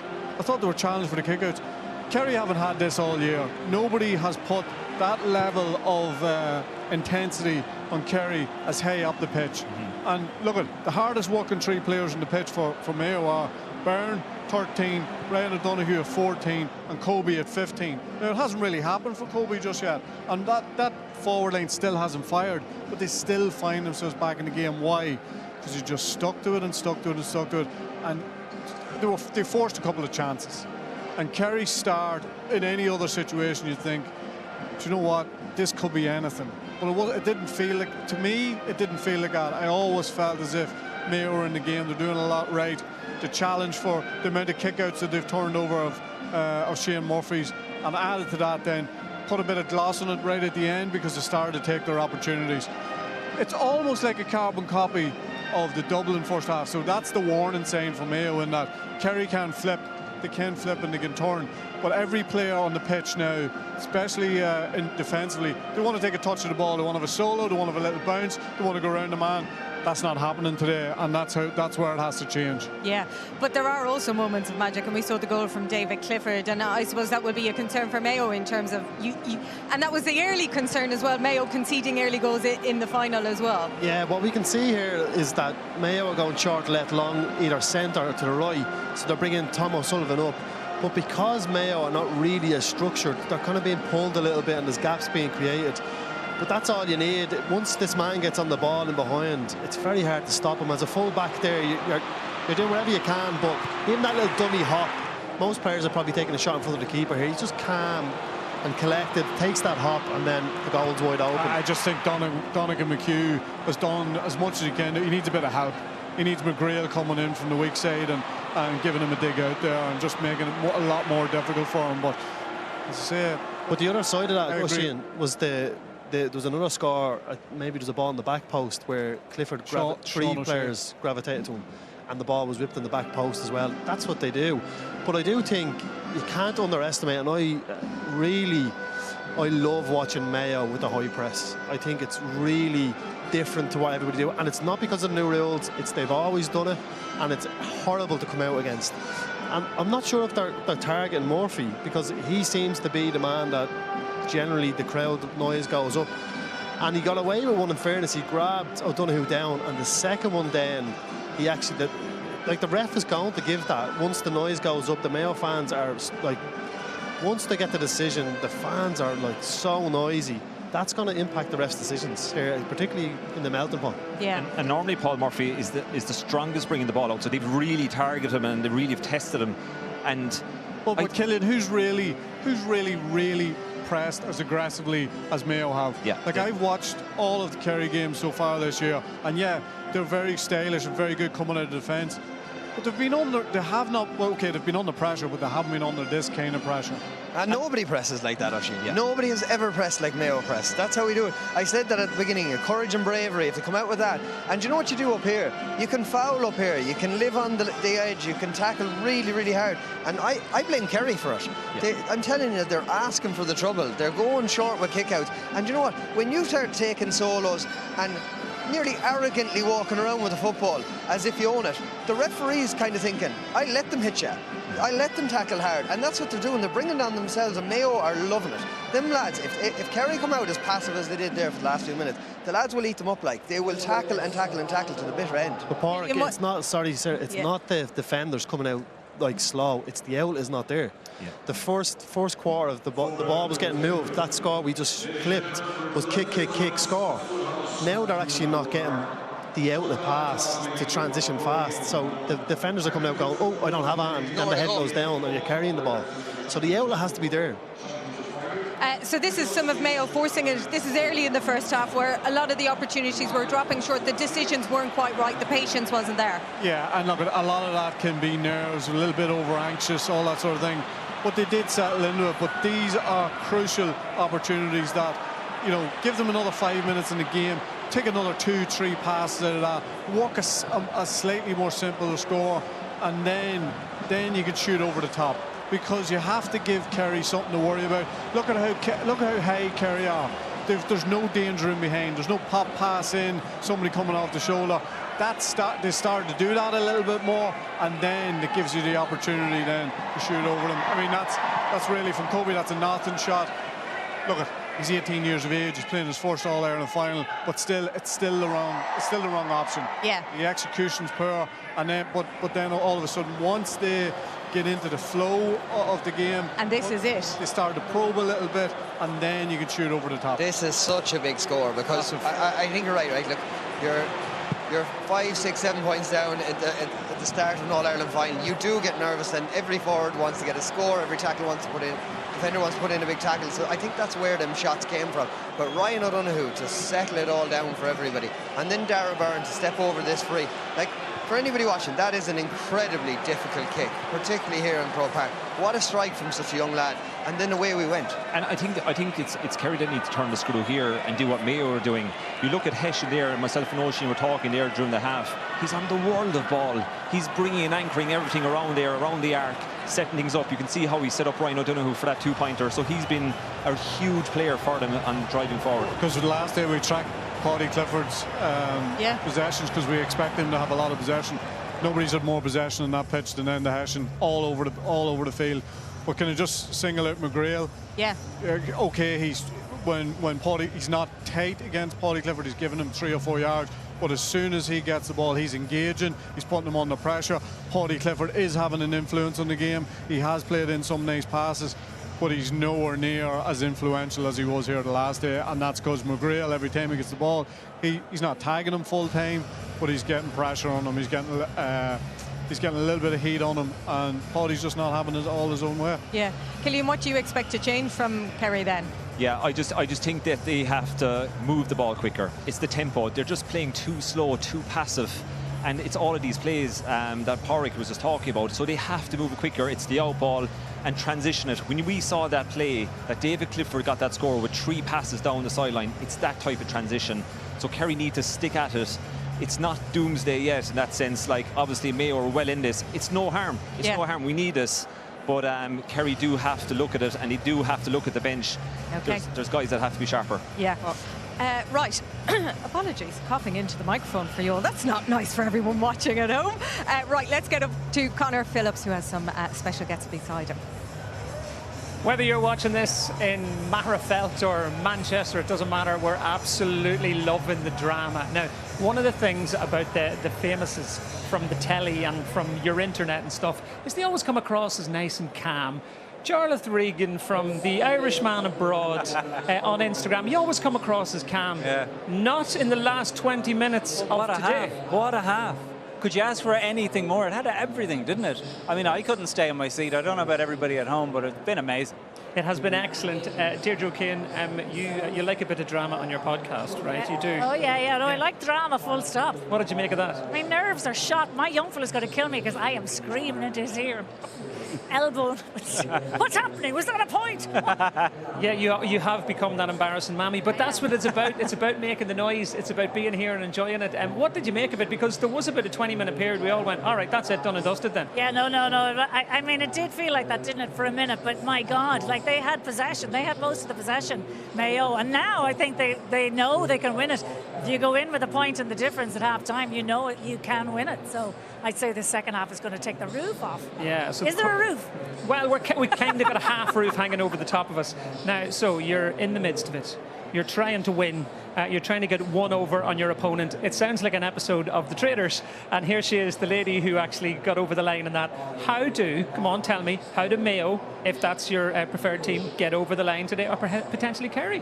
No, I'm cheering on Mayo. I think they just need to keep their cool. I think, yeah, there was a slippy kind of few moments in the first half. We thought, are they going to let this slide? But I think they just put the head down and they're focused. And as Deirdre says, they know they can do it. So all they need to do is just picture lifting that trophy, and they can do it. I fully believe they can do it. Okay, so I've got Nigel Boyle, who you'll know from Line of Duty. He is H from Line of Duty. He is DI Ian Buckles. Detective Superintendent Ian Buckles, thank you very much. Do apologise. He's given himself a promotion live on television. Just as a spectacle, it has been specifically in the last 20 minutes. I was sitting right beside you for this, and both of us literally on the edge of our seats. Yeah, it's outrageous. I mean, like the first 15 minutes, you think Kerry were running away with it, and then Mayo got a couple of 2-pointers, and all of a sudden the game's changed. If they can do that in the second half now with the wind, they'll have the wind with them, and I think they can really put pressure on Kerry now. So we do have a heavy Mayo-laden box here. Let me say it, we're as equally enamoured with Mayo or indeed Kerry as Mark Sidebottom with his experts will tell us.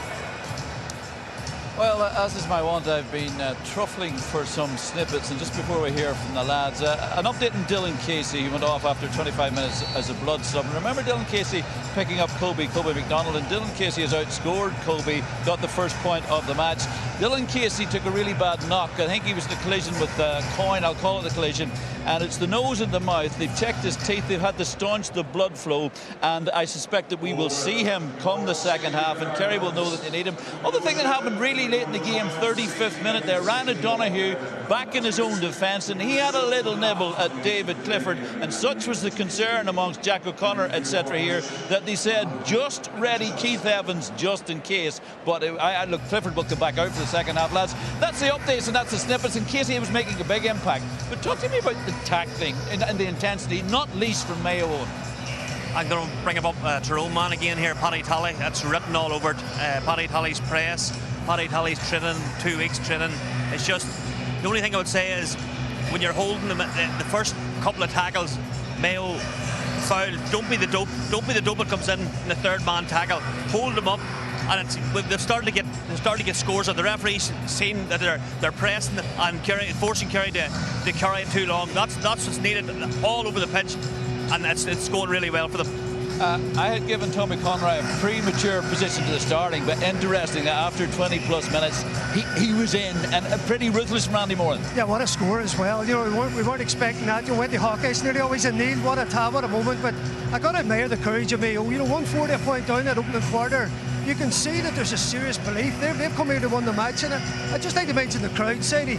Every turnover for Mayo matters more. The score matters more. You've got the underdogs field with them. They've come for the battle, and the lad's touching it. Killian was on about.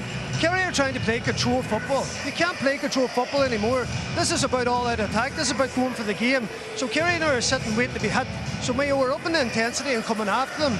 And if you look at the last 2 games, Sadie, Kerry were out on their feet against Tyrone later on, and certainly Dublin showed more energy in that game against Kerry than Kerry were able to bring. And again today, Mayo were bringing all the energy. The only thing I would worry about is when Kerry break the ball, McBrien should be sending centre half back. They're leaving it wide open. Kerry are coming through there in 2s and 3s, and it's you have to be cautious of that. Gotta stop you, lads. It's Kerry's poise versus Mayo's pluck, Sarah, for me, and pluck at the moment's got the momentum. So Mayo are back out onto the pitch behind us. We are still waiting for Kerry to make their way out, a point in it at the break. Remember, you can watch our coverage, but also if you do have a second screen handy, we have player cam there. Just click on iPlayer. So it was following Kobe McDonald in the first half, just tracking him, and I believe it is going to be following David Clifford in the second half. So that's the QR code that you can scan and watch, just for a slightly different perspective on it, as 18-year-old Kobe McDonald is playing in his first Senior All-Ireland football final. Warwick, you said that you would prefer to be in the Mayo dressing room. What do you think the message from Andy Moran will be for these players, who are out a little bit earlier than Kerry are, in fairness? Yeah, they're out early. We Kerry are coming now, so you're going to hear the roar inside the stadium, but there it is. I think Andy is going to say we got it right the last few minutes. We've actually brought the fight to them. We can keep doing the same, a bit more of it. It's exciting stuff. It certainly is. I'm sure Killian will have his own Kerry message as well. We will be back at full time. But now let's see who will win this All-Ireland football final. Back to Conor and to Thomas. Sarah, thank you. Martin McNally looking on. So much focus always and inevitably on the referee. But he has made the calls, and they are tough calls to make. Playing in the fringes. The difference between winning and losing is razor tight.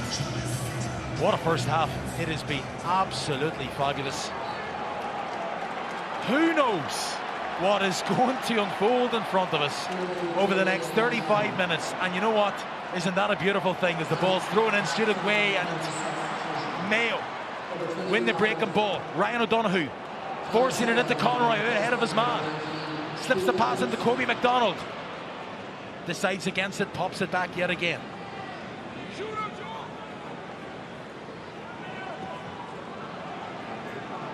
Hessian spots the outlet. Byrne thought about going for it. Middle dummy from Byrne. He's going again. Whistling his way through the Kerry defence. The tackle comes in from behind, but he still gets the score. Wonderful point from Dara Byrne, and he's got a bit of gust to let Joe O'Connor know all about it. Looked as if it was going to slip short. No. Ball over the bar. Sides level. Kick out straight into the way of Mayo. I would say it's a frantic start, but sure, did you expect anything less? Trying to thread it through, lovely pass, Kobe McDonald, pass away, there's the bounce, brilliantly blocked down, still there, tries to cross it in, out for a 45. I'm out of breath, we've played a minute. It's a minute in and you can't talk. Just when you were wondering at half time, would Mayo come out, would sustain it, they've just come out with the same energy and they've just gone after Kerry straight away. Brilliant score from Dara Byrne, he's 3 points kicked now today, and they've an opportunity to go ahead here for the first time in the match. Just interesting, Kobe McDonald, he needed a score, you felt, for himself to get himself back into the game, and it just evaded him in that moment, but he did get a 45 from it, and he's going to take it himself. Well, he had 26 passes, Kobe McDonald, in the semi-final, and 26 passes complete. It's kind of been a different story for him in the first half, but the kid oozes quality. Look at this. He's just finished school. He's finished up in Croke Park. Yeah, magic stuff from Kobe, 18 years of age. He had an easier chance right in front of the goals, and he opted to take another touch just to maybe open up a goal chance. He was blocked down, takes the ball out to the 45 and strokes it over. It would have went another 20 yards coming. For the first time in the match, Mayo are in front. Breaking ball, brilliantly won by Shawnee O'Shea. Gets rid of it quickly. Dylan Gainey looking for help inside, finds himself exposed yet again. Finds it to Clifford. Shawnee O'Shea now in touch. Decides against it and tries to bring other Kerry players into play. He's got one out the right hand side and he's found him. Quick transfer of the ball. Joe O'Connor trying to take on his man. O'Connor still going. Kicks it. Balloons it out. It will be a goal kick. Kerry are rattled. It's not going according to plan. You can see even by the look of Joe O'Connor. Get the ball to Joe. You can see what Shawnee O'Shea was doing. Get it to him. There's loads of space his side, and he just couldn't find the end product. No, and this is the problem that Kerry are going to have, that Mayo dealt with really well in the first half. The 35, 40-yard shot isn't really on that much into the wind, and Kerry are going to have to get it right into that scoring pocket. Brilliant catch of Jordan Flynn, and he just goes for it one-on-one. Conroy trying to get there. Brilliant stuff from Murphy. Conroy still fighting. Goes over the top of Murphy and be a free out to Kerry. Brilliant scramble defence from the reigning All-Ireland champions. Yeah, very good and very well read from Paul Murphy there. Just done enough, got his body in front, won the breaking ball and was cute enough to win the free as well. So, yeah, well done, Paul Murphy. But again, you saw that ball from Jordan Flynn. He just said, no, it's one-on-one. Let him go a minute. They will push it and they will try. And so will Kerry, but when they push the envelope a little too far in front, they give possession away. Yeah, and Kerry are just making a few uncharacteristic decisions here, turning the ball over, taking shots from the wrong areas, and it's very much Mayo in the ascendancy at the moment. Ryan O'Donoghue taking on his man. Look at that from O'Donoghue. A hop, skip and a jump. There's a white wave unfolding in Croke Park. The ball over the top is it too far in front. There's a man outside. He's got it. Real chance for Mayo. Oh, it's a goal. Oh my God. What a finish from Dara Byrne, but that all come from Ryan O'Donoghue here. He skipped past 4 Kerry men, tucked them on, ran straight through the heart of their defence, and brilliant touch, I think it was from Jack Carney, just flicked it to Dara Byrne and he roofed it to the top corner. What are we seeing? What's unfolding in front of us? Mayo won 12, Kerry won 8. 4 points to the good. Seanie O'Shea, exactly who you want on the ball when you want to bring a bit of order to proceedings. How big a moment will that be? This is where the champions are going to be tested now, Tommy. They're 4 points down. The whole momentum is with Mayo, and they just need to steady the ship.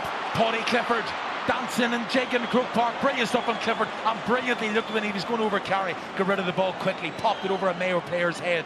It was Hessian, in fact, and safely finds a green and gold shirt. Here's Gavin White, the Dr. Crooks clubman, last year's All-Ireland winning captain, decides to pop it back. The response from Kerry is required. No better man on the ball perhaps than David Clifford. Not on for Clifford.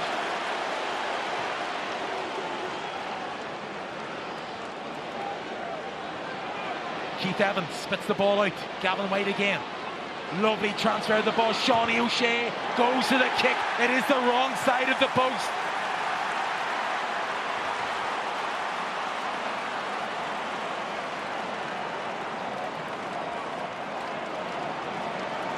When Mayo scored the goal, the cameras on David Clifford with live player cam. Ball eventually hits the net. There's the reaction. Shake of the head. Kerry just need to gain their composure here, just get possession and work a score. Brilliant stuff again from Seanie O'Shea to find his man. Brings in Mark O'Shea. Paddy Clifford floats it over the top. It's a great ball inside. Real chance for Kerry on the right foot. The kick comes in. Gorgeous score. Brilliant score from Keith Evans, and to be fair to Seanie O'Shea here, he's really digging in, win and break ball, just trying to get Kerry up the field. Popped it up to Keith Evans and he done really well just to step inside and clip the ball over there. Kerry really needed that. A goal between the sides. What a start to the second half. We're only 5-6 minutes in.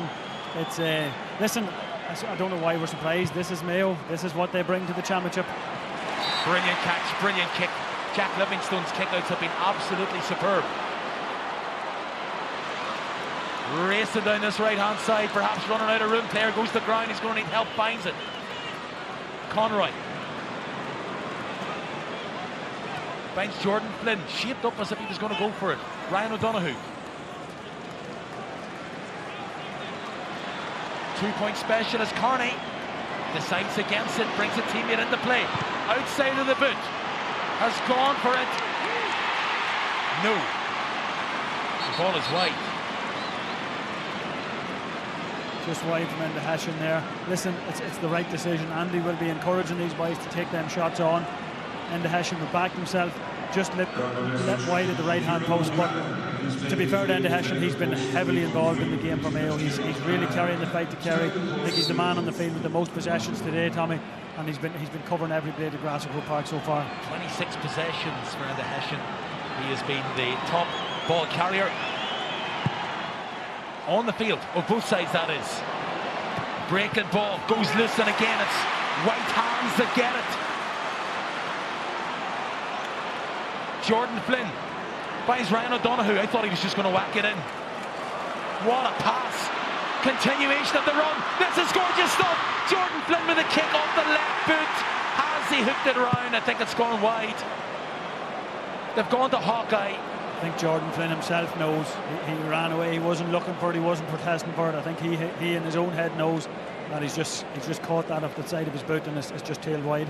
Just didn't make the connection which he wanted to, and it looks as if it's not going to have the end product which it probably deserved with the build-up. We should wait for confirmation. It is no. So confirmation that the ball did go wide. It remains a 3-point game. Jordan Flynn.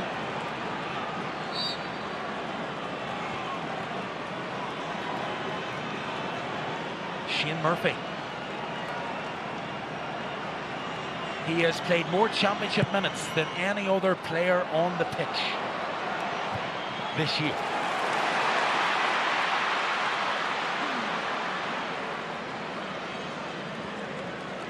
Jack Coyne, the captain of this side.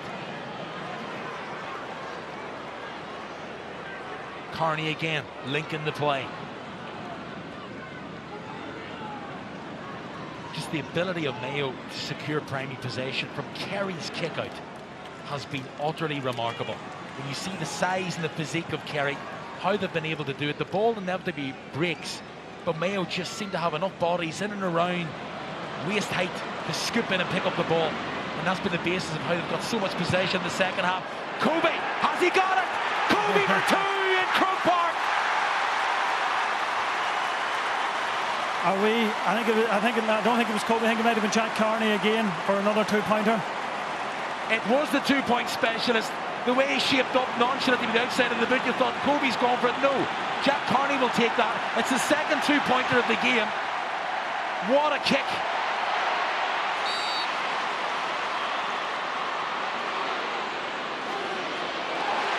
Touched in the ground, but the chaos of Mayo when the 2 players to pick it off the ground decided to toe poke it straight into Kerry hands. We are in for some finish to this match. Is it going to happen, Tommy? This is the question on everybody's lips in Croke Park here today. Is this finally the moment that Mayo get over the line? Or can Kerry steady themselves and find enough within themselves just to get themselves dragged back into this game? We have 25 minutes to play yet, Conor. It's far too early for that chat.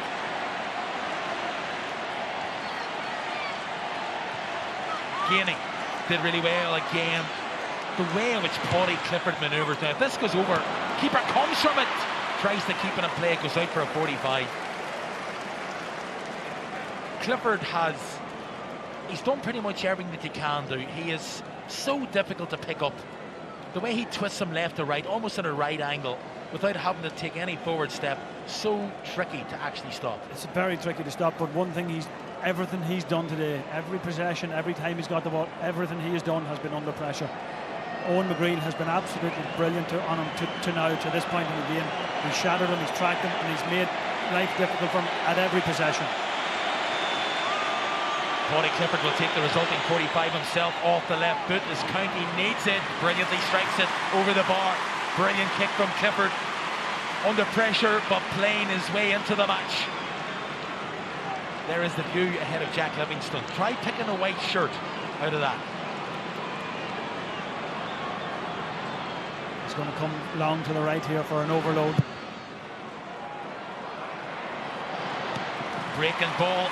Gavin White's got it, and he's done enough to win a free. Eager to get on with things. They kick it inside, and Keith Evans did really well. He's under pressure. Like, did he go over the sideline? Sean Hurston said yes.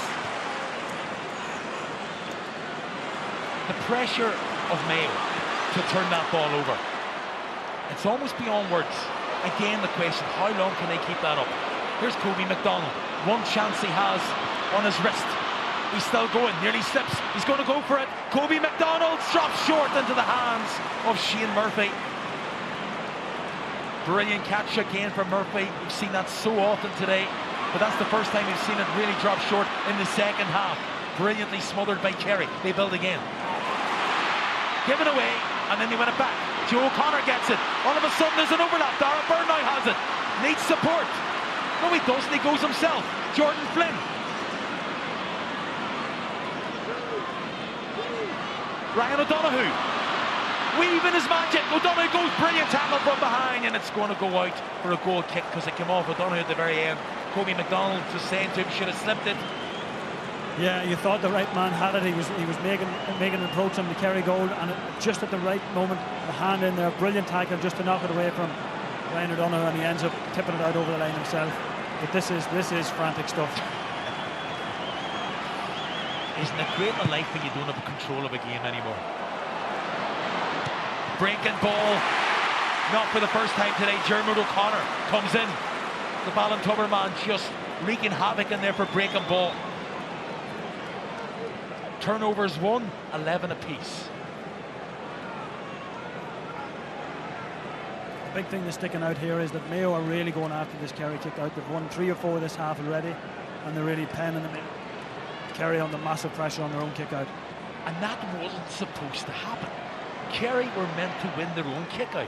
They have the size, they have the ball carriers, they have the ball winners. That's not supposed to happen. Mayo have that just a wee bit between their teeth here at the minute, Thomas. They are just, they're hungry. They're like a team that's just possessed, and that they're really going after everything. Break ball, tackles, turnovers. They have that wee bit of energy that Kerry seem to be lacking at the moment. And if they find themselves, as they are at the minute, 4 points ahead, the word composure is going to come more and more into it. And we'll see what they have. Conroy gets by his man, he's isolated, does really well to pick out a teammate. Kobe McDonald dummy. And again, bouncing it like a basketballer off the left foot. Kobe McDonald off the post and wide. Oh, he done everything right. He stepped inside with it on a dummy with his right foot onto his left, took the hop, just crept in or hit the post and out. And that's 2 misses from Kobe there in the last few minutes. We're just hoping from his point of view that they won't be costly. Paul Murphy again driving this out. Graham O'Sullivan, who's had a fine season. On the ball is Clifford. David to Paddy. Paddy with a kick off the left foot, goes for it. 2 super scores from Paddy Clifford. He made the 45 which he converted, and he made that one from the assist of his brother. The Cliffords are keeping Kerry in the match. Yeah, it's just that wee bit of composure. David, maybe there was a tendency or an opportunity for him to kick it. He didn't take it on. He stepped inside, found David in the pocket of space and clipped it over the bar. Mayo come in their own kickouts as well as Kerry's. Jack Carney has had a wonderful football match.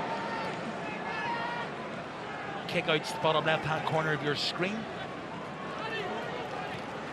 Very little between them, but what it does show is that winning possession on your own kickout, it's nearly been 50-50, which really illustrates the chaos of the game. 20 minutes to go.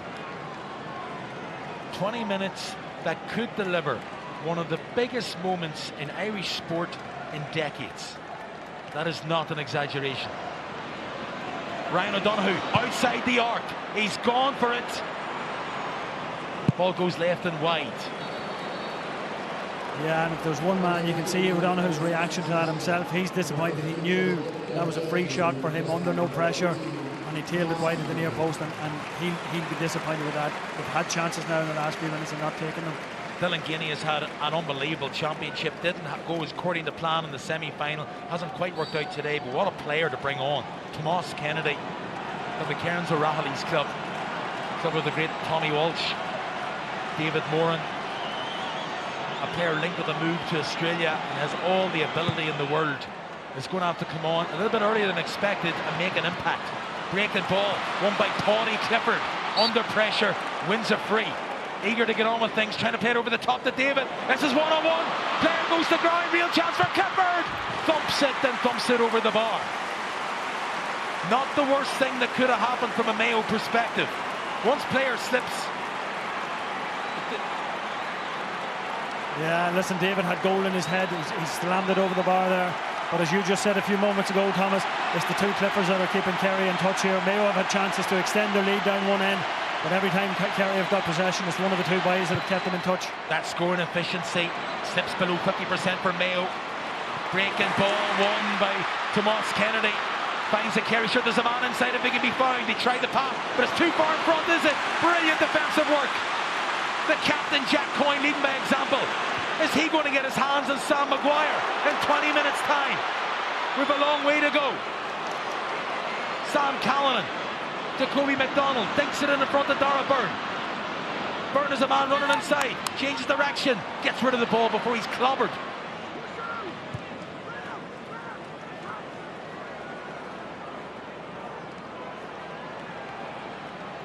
Hessian again. Would he try and take on his man? Thought about it, decided against it. Kick comes in recklessly outside the arc, and it's 9 minutes since Mayo last registered a score, Connor. It's remarkable with that fact. that they still lead by 2 points. Yeah. And it is them who are bringing on the 2 changes. Yeah, and you can see Andy Moore's reaction to that wide. He just clapped his hands and says, go again, go again. He's encouraging them just to keep going after them, to keep taking them chances, hoping that some of them will eventually sail over the bar. Probably the wrong decision from David O'Connor there, but Mayo very much in the hunt here, and they just need to get another score. They just need to get the scoreboard picking again. Benton Kelly from Davits makes his way on the field of play, as too does Matthew Ruan.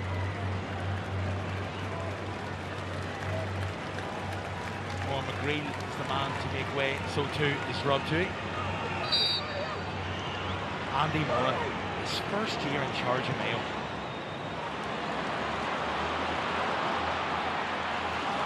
Paul Murphy has been absolutely brilliant. Yeah, brilliant for Paul Murphy under serious pressure, manages to get Kerry up the field and out. It was the last tackle coming in. Gavin White knew exactly what he was doing. Held on to the ball, drew the foul out of Mayo, and it'll be a free in for Kerry. And Kerry are they're weathering the storm. That's thanks largely to the inability of Mayo in possession, in scoring zones, not taking their chances. And that has facilitated a Paddy Clifford or David Clifford to try and get their mitts on the ball and score points. Not just the Cliffords, however. Kick comes in, plenty of time and space. They have nobody but themselves to blame, Mayo. Brilliant score from Graham O'Sullivan. Probably be very disappointed with that, to leave that gap of space and pocket of space for Paddy Clifford to spray the ball over to the far side of the field. And Graham O'Sullivan comes up and kicks the easiest of scores under the circumstances. Graham O'Sullivan missed the first 3 championship matches of this season. He's played his way back into fitness and back into form. He has made a huge difference to this side. Can play at half back, has played at half forward, and that versatility has been very much to the fore for Kerry today. Breaking ball, Murphy again, dips his head. Is the tackling good? He loses it. O'Donoghue has it. There's an overlap. There's 4 different Mayo players. O'Donoghue's got a man inside. Will he be tempted to go himself? Gives it inside. Real chance for Mayo. Oh, it's gone wide. It's over the bar, I think, Tommy. It's a point. It's over the bar. My God. Kobe just over the bar, I think, in the more massive opportunity. Just blasted over the bar, but it's a score. It's a score from another turnover and more pressure from the Kerry or the Mayo forward line. It was a fabulous save as that woman says her prayers for Mayo. Well, it is Reek Sunday in Mayo. For people who don't know, it's the annual pilgrimage up Croagh Patrick. Thousands do it every year. It's the last Sunday in July. This is the first time Mayo have been in an All-Ireland final on the last Sunday in July. But the referee has stopped play because of a blood sub. Let's have a look at it again. Look at this for a save from Murphy. Is it? Yeah. But you know what? What a save that is from Paul Murphy. What a save with his eyeball. From Shane Murphy, sorry. Absolutely unbelievable stuff. And we've seen this as well in the semi-final where he had a stopper play. I think he wears contact lenses. If Kerry are to go on and win this game, if they are to go and dig this out, they're 2 points down with 15 minutes to go. If they are to go and win this game, they can thank Shane Murphy for that save, because that was a point-blank save, a goal written all over it. And it comes again. There's Burns' effort. That's the goal. Took a touch, and you can see Foley just couldn't keep it out. Sometimes an inch makes the difference.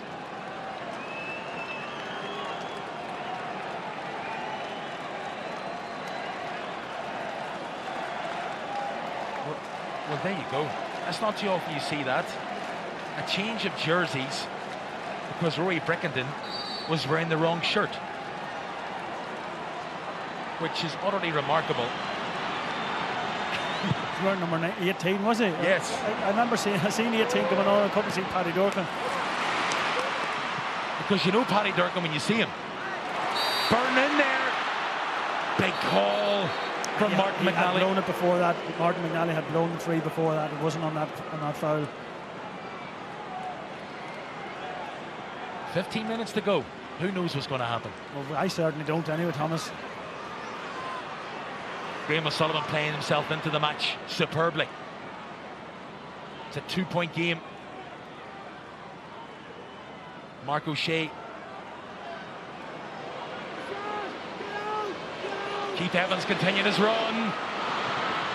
Clifford fists it over the bar. It's another score for David Clifford. It's 1-4 from David Clifford today, another fisted point. We've seen that in the championship creeping in a couple of times this year. He done it twice against Tyrone. He tried to do it once here against Dublin, and it's a feature of his play now that it's a common enough score for him. 1-4, and he's really having a massive game here. Well, if a picture paints 1,000 words, and that spectator was exactly that. Breaking ball's going to go the way of Kerry. This time it's Mike Green. Well, what Mayo were doing to Kerry on their kickouts in a purple patch, it feels that Kerry are doing exactly the same on Mayo's kickouts. But that pass from Gavin White and Shawnee O'Shea, a bit of miscommunication between both of them, you just rarely see. Ryan O'Donoghue, full forward, inside his own half. It's been popping up just a bit everywhere. You wonder, is there a method in it? Well, there certainly is. It's very notable that they've taken Ryan O'Donoghue out the field. They've brought Tommy Conroy in, and he's occupying Jason Foley inside. Byrne is looking for it. They've exposed the space. 2-on-2. He's come away from goal. Thanks largely to the brilliant marking of Murphy, who was so quickly running behind him that by the time he composed himself, picking up possession, he was beyond the 45. Needs to recycling again from Mayo. They need to get a score.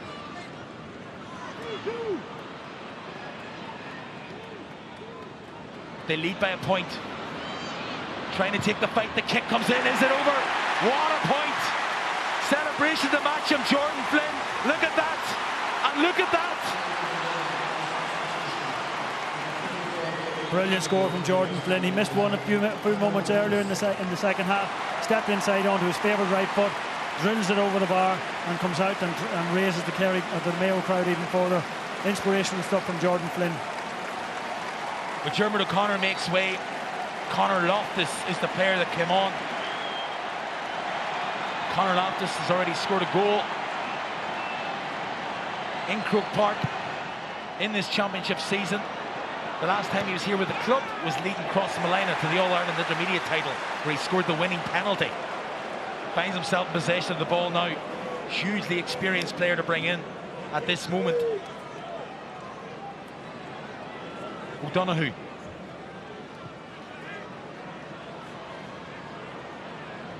And O'Donoghue again. His mother from County Down. Connections to the Kilcoo club. Ryan O'Donoghue very much of Belmullet, County Mayo.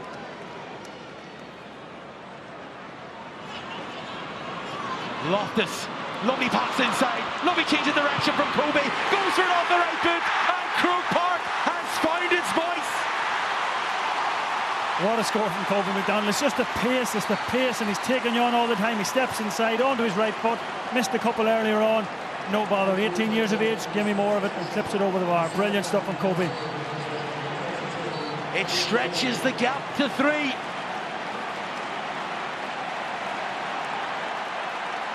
So Brian O'Biglia is the player to come on, and Gavin White, last year's All-Ireland winning captain, is the player to make way.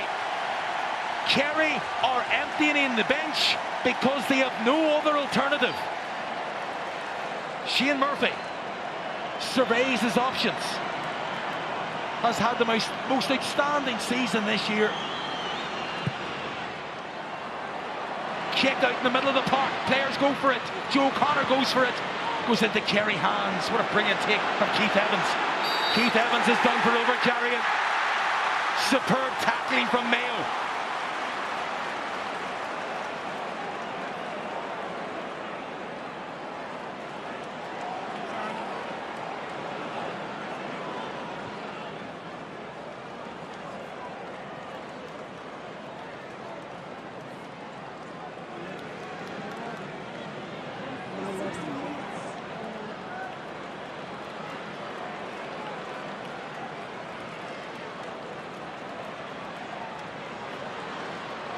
McBreen, remember his point in the first half when they were against the Kosh, offloads it, it doesn't look good, the ball has gone wide. Yeah, it's a poor miss from Tommy Conroy. He would have backed himself every day of the week on that one, stepping in on his favourite right foot at the right angle and just pulls it wide at the near post, and you just, from a Mayo point of view, you're hoping that these aren't costly misses. Brilliant breaking ball won by Paddy Clifford under pressure, tackling ferocious. Brilliant stuff from Clifford, like soccer style. When Herring was against him, still found his man. Brian O'Begley finds his man brilliantly. Graham O'Sullivan to David Clifford. He's had to live off scraps, David Clifford. Has still done reasonably okay. He's Kerry's top scorer in 1-4 today. O'Shea, he was playing seconds for Dr. Crooks against Drummond Pearsons 2 years ago. Finds himself in the middle of the park for Kerry in an All-Ireland final. Shawnee O'Shea takes the bull by the horn and goes for it off the right boot. He's headed wide. This could be it, Thomas. This could be the moment we're all waiting for. Is less than 10 minutes to go, and Kerry are just rattled. A chance that you would ordinarily see Shawnee O'Shea sticking over the bar, and it is just tail wide at the near post. And maybe it's just happening for Mayo today, Tommy. Evan Looney replaces Paul Murphy. Well, maybe Paul Murphy's just run out of gas, but Paul Murphy's had a fine match. He's been excellent. He's been one of Kerry's standout performers, particularly at the back there where they've been under so much pressure. He was fit to get the ball out for Kerry numerous times. Jack Livingston, brilliant catch of O'Shea in the middle of the park. Finds Joe O'Connor to Shawnee O'Shea. All of a sudden there's gaps beginning to appear. Paudie Clifford's trying the floater. Clifford had gone to ground, however. Brilliant stuff from Donegan McHugh. Well, if Mayo are going to win it, a lot of the focus will be on McHugh.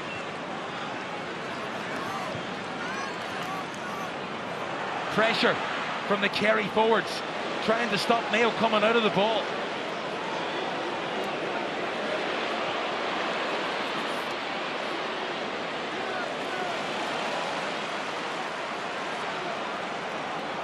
Rory Brickenden finds Ryan O'Donoghue.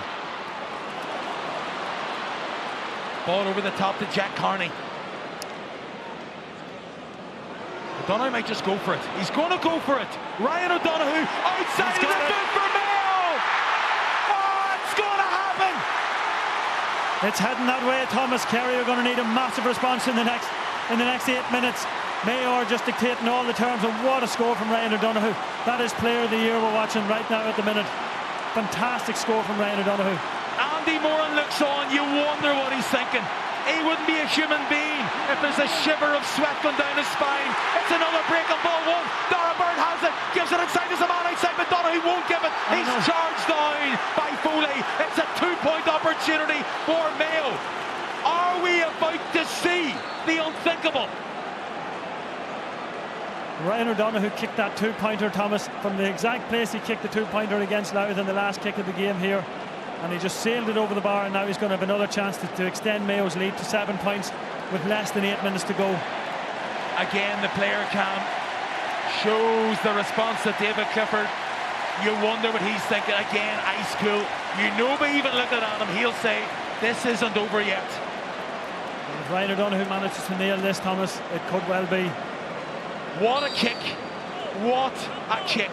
Ryan O'Donoghue, talented soccer player, talented national boxing champion, unbelievably skillful, talented Gaelic footballer from Belmullet in County Mayo. An opportunity for a 2-pointer, kicks it again, it drops short. Mayo will win or they will lose, but they will do it the Mayo way.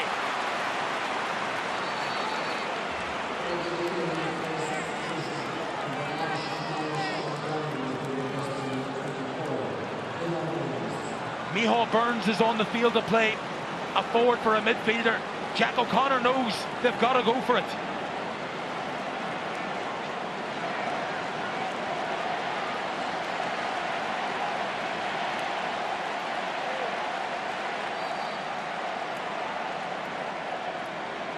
Well, we mentioned that word composure maybe about 15 minutes ago. No, just thump it in. Oh, it takes a bite! Oh, it's off the crossbar! Oh, that was it. That was game over within an inch of the ball going into the net. And that can suck the energy completely out of you. As the ball goes in again to David Clifford, is it too far in front? Yes, it is. A fraction can make the difference. Clifford gets that. He's going one-on-one to take on his man. The other end of the pitch, Jordan Flinton hits the crossbar. Even if it had have gone over, but no, it hits the crossbar. And now all of a sudden Mayo have possession back again. That's just the last 30 seconds. As we said earlier, Mayo, Tommy, this is Mayo. This is Mayo in a nutshell. The chaos, the frantic nature of their play, it's absolutely fantastic to watch. It's still in play. Kobe McDonald gets it. Tackling comes to Miho Burns, does really well. Goes to the ground, referee gives the free in to Kerry as Dara Byrne goes for a tumble. There will be a substitution. We will eventually see Paddy Durkin come on with the 18 jersey. 5 minutes, 49 seconds, Thomas, and a 5-point lead. What a moment. Jordan Flynn with the expectation of 31 counties in Ireland. An inch away.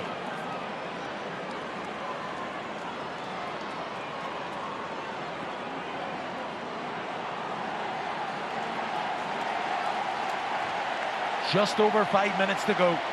Tomas Kennedy looking for options and he finds it.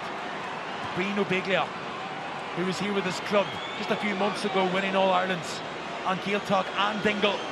And the question would be, would Kerry hold on to Sam Maguire? David Clifford, he's forcing a two-pointer off his right boot, goes for the kick. What a score! That is just class. That is just class. When you just got the picture, when the player cam was on him with that response, when everything else was falling around him, there was this steely resolve there that this game is not over. And it is not over. 3 points, 5 minutes to go.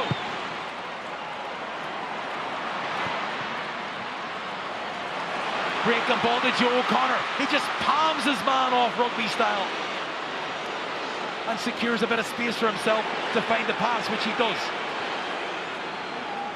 What are we going to see over the next 4.5 minutes?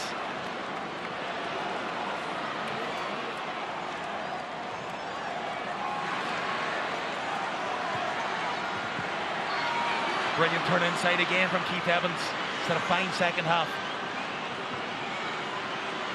Tomas Kennedy tackling again. Robust from Jordan Flynn, as you would expect. An All-Ireland title is on the line. Kerry just need to get the ball in this man's hands as much and as often as they possibly can in the next 4 minutes. O'Connor finds Shawnee O'Shea. May have somehow been able to take Paddy Clifford out of the game. They haven't been able to take David. Always provides himself as an outlet. 4 minutes to go. And here is Paddy. Outside the arc. On the right boot. Eye on the left. Paddy Clifford for Kerry. The Fossa boys are dragging their team within an inch of winning Sam. The two Cliffords, regardless of what happens here, Thomas, the two Cliffords have absolutely been immense in this second half. When the chips are down, they're the two men that have just dragged Kerry right into the heart of this game. Huge kick out coming up. Jack Livingstone away out into the Hogan stand side. It did not take a touch off anybody, and it goes out for a Kerry sideline ball. That is not what Mayo needed. It's a 2-point game. Here comes Mike Breen. Graham O'Sullivan.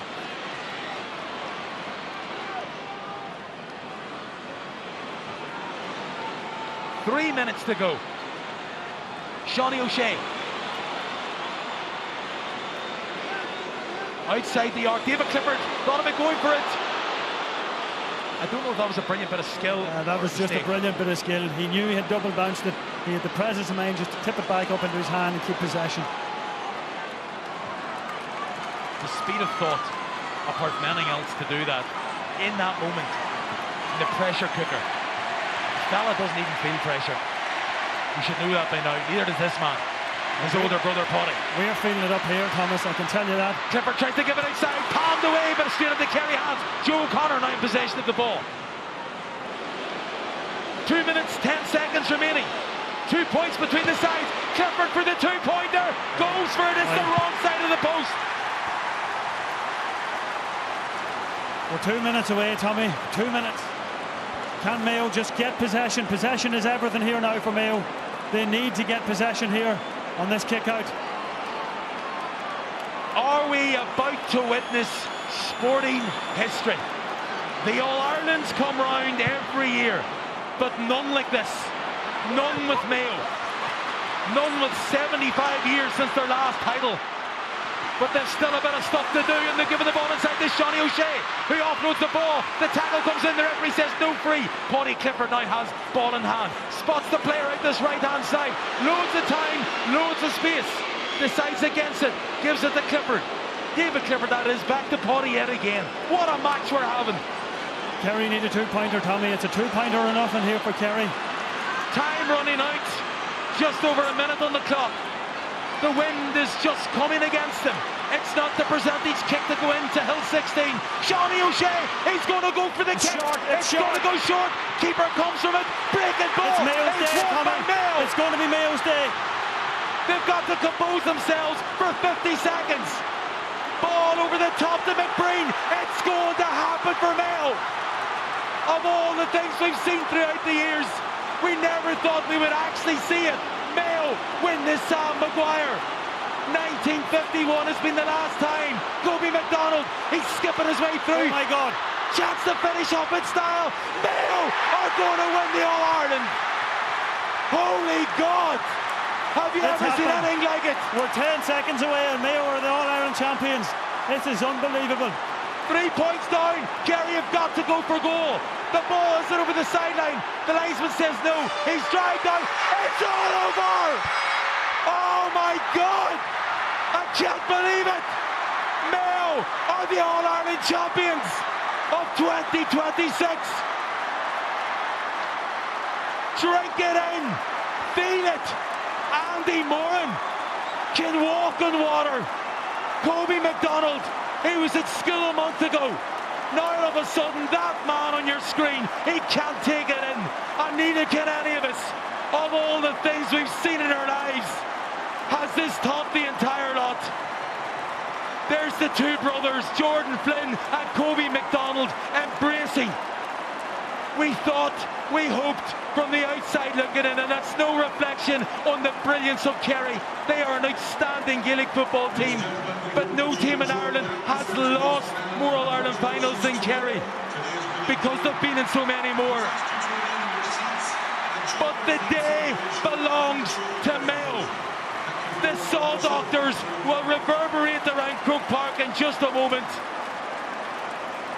It's just, you're lost for words on this one, Thomas. It's absolutely unbelievable.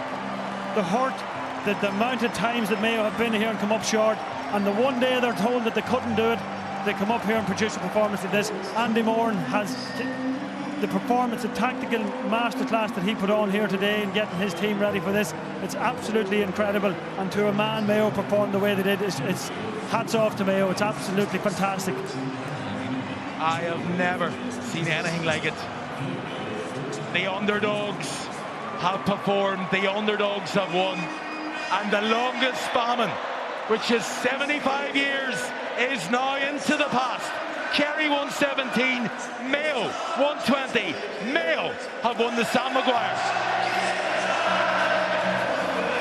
And we will listen to the crowd celebrate something that they have waited so long for.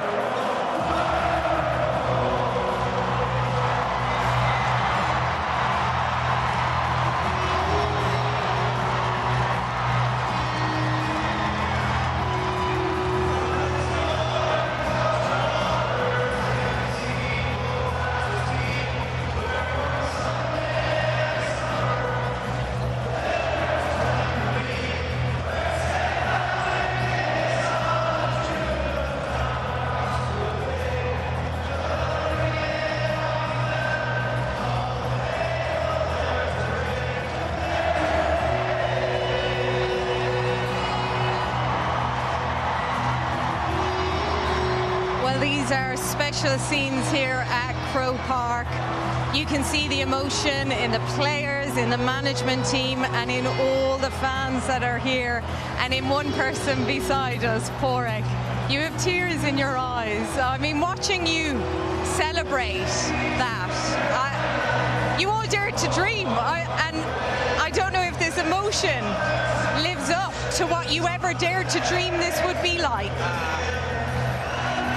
Listen to I just can't even put this in words. Like, there's thousands of people have dreamed of this day, like, and I just can't believe we're here. I honestly, like, look at the place, listen to it. Oh, it's an honour to be in the stadium today. Like, 75 years, I just can't bring words to express what this feels like. You know, there are people who have waited their whole life for this day. You meet people. There's a man here, he's at his 63rd All-Ireland final. Like, there are guys and women all across like our county who have come time and time and time again, long before I even dare lace a pair of boots, you know, and it belongs to all of them. Like, hats off to the lads on the field. Like, it is their day, but if you've green and red blood running through your veins, whether you're in Croke Park or you're abroad in Australia, it doesn't matter where you are, this belongs to you. It belongs to each and every one of you, you know, young and old, and it's just, what a moment for Gaelic football, what a moment for sport. It's something else, It certainly is. There are just goosebumps all over, I think, everybody here, as some of the Mayo team and Kobe MacDonald comes down towards those fans who are up on Hill 16, who are waving the red and green of Mayo, who have lifted shoulders, or players, friends, onto their shoulders to celebrate and to serenade their team, who have finally got over the line. Killian, commiserations to Kerry. But when you see scenes like this is what it means, isn't it? Like, first of all, congratulations to Mayo. It's some achievement. Like, look at the scenes. Obviously, as a former Kerry player, it hurts a lot. But you have to witness this and accept it. That's the most important thing here. It was a day of dominance by Mayo, start to finish. Their attitude, their want, the way they had their application on this game. You can talk about all the tactics and the stats, but they wanted this. They wanted it. And like where they started with Andy Moore and where they brought it to, and look at that kid, Kobe MacDonald. What does that mean for him? On his first year, on his retirement day, to take a medal. Look at the scenes. An 18-year-old, a teenager, to a manor born today, alongside his brother, alongside every other player, who has laced the boots up, as Corey said, who has suffered heartbreak. Maybe some of the young kids, they don't have that scar tissue. They have nothing but positive memories. Isn't it? It's all about belief, isn't it? They just had belief, no fear, young kids out there enjoying it, having fun. That's what it's all about. For the likes of Aidan O'Shea as well, you know, Corey, to be such a long servant, all of you, who suffered the heartbreak that we've seen, that you've all seen, and I think, you know, everybody wanted Mayo to get over the line, and for Andy Moran as well to be able to bring it, the positive influence that he has brought. I'm sure he can't quite believe it. There's guys on that field that have been there a very, very long time. We're looking at Kieran McDonald there. What a day for that man. To see his son do what he's after doing is unbelievable. Diarmuid O'Connor came in. We haven't seen very, very little of him all year, and yet he gets it done. James Carr, one of my closest mates in a Mayo jersey there. Look at him. But it's just absolutely out of this world. Kobe MacDonald has just fairy tale the story. That is Hollywood stuff there. And you know what? We said it before. This season has been all over the place. This championship has been nothing but just... We all got it wrong. From the start to the very end, we wrote off teams that we should never have wrote off. We had signed, sealed, delivered games, and they came up differently. And now look at this. A perfect fairy tale ending to a crazy, crazy championship. Yeah, it absolutely is. Well, the players are just making their way away from Hill 16, and they're walking over towards the steps of the Hogan stand. The hugs will continue for a long time, for many a week to come, because there is one of the biggest moments to come now for these Mayo fans, for the players, and also the management staff. So let's drink it in then after a 75-year wait. This is the moment, Thomas. It certainly is, Sarah. And look on, the comments of Gael. Charlotte Burns. The Wild took away has a goal as Rachel Martin McNally, August and Kajefagi Marial are in job into Corinthia. I also want to thank our wonderful sponsors, Allianz, AIB and Super Value, who are represented here by Jeff, by Colin and by Dan. For a Kate Neil Mahogany. Ladies and gentlemen, it is real. You're not dreaming. It's 2026, and Mayo are All-Ireland champions. Kerry, you have been All-Ireland champions 39 times.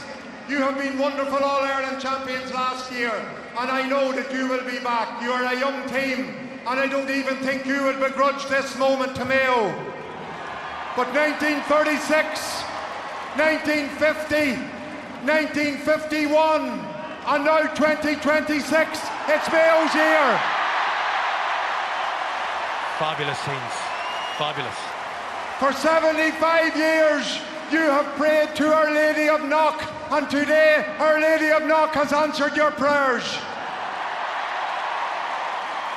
And for all of the rest of us in this stadium who are not from Mayo, or who are watching this on the television, what a privilege this is for all of us to be in this stadium, watching this moment, watching this second, whenever Jack Coyne is going to lift this cup. And so, this young man to my left grew up in Ballyhaunis, idolising Keith Higgins and all of those other greats who came to this stadium and tried for so many years.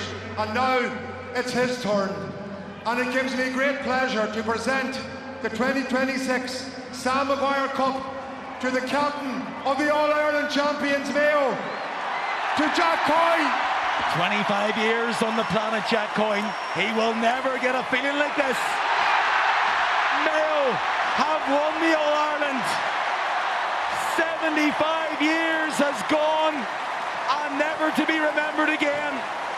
The gold sprinklers echo and drop around Croke Park. Kobe looks on. Andy Moran. They'll build statues of him from one end of the county to another. Karen, Sam Maguire, Agalaka, Arson Farrell,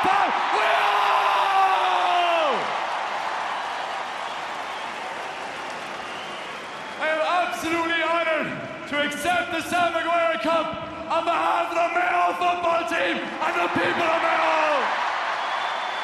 My God. Oh, it's fairy tale tough, Thomas. It's fairy tale stuff. To begin, I'd like to pay tribute to our opponents, Kerry. Look at us, you're absolutely outstanding champions. You set the standard for the rest of us to aspire to, and no doubt will come again. Can I get a hand for the Kerry team?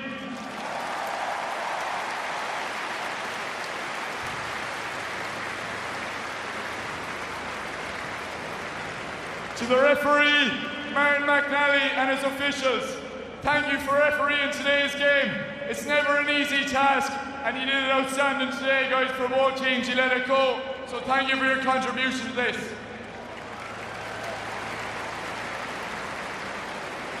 To the GAA, Croke Park, thank you for everything you do for our games. Gaelic football is now at a level like never before, and to be part of that is truly special. To our sponsors, Intersport Elveries, Port West, and all those who have backed us this year and for the last 75 years. Your backing and support has made this day possible.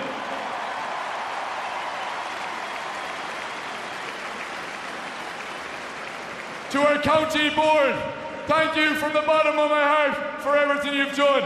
Again, not just this year, but for the last number of years. To Seamus, Valerie, Ronan, and everyone in McHale Park, Phil, Michael, the Lottie, thank you very much.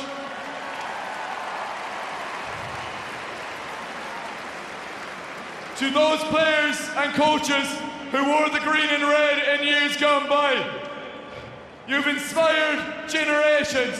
For me, the teens, for others, the noughties. These men inspired us to wear the green and red.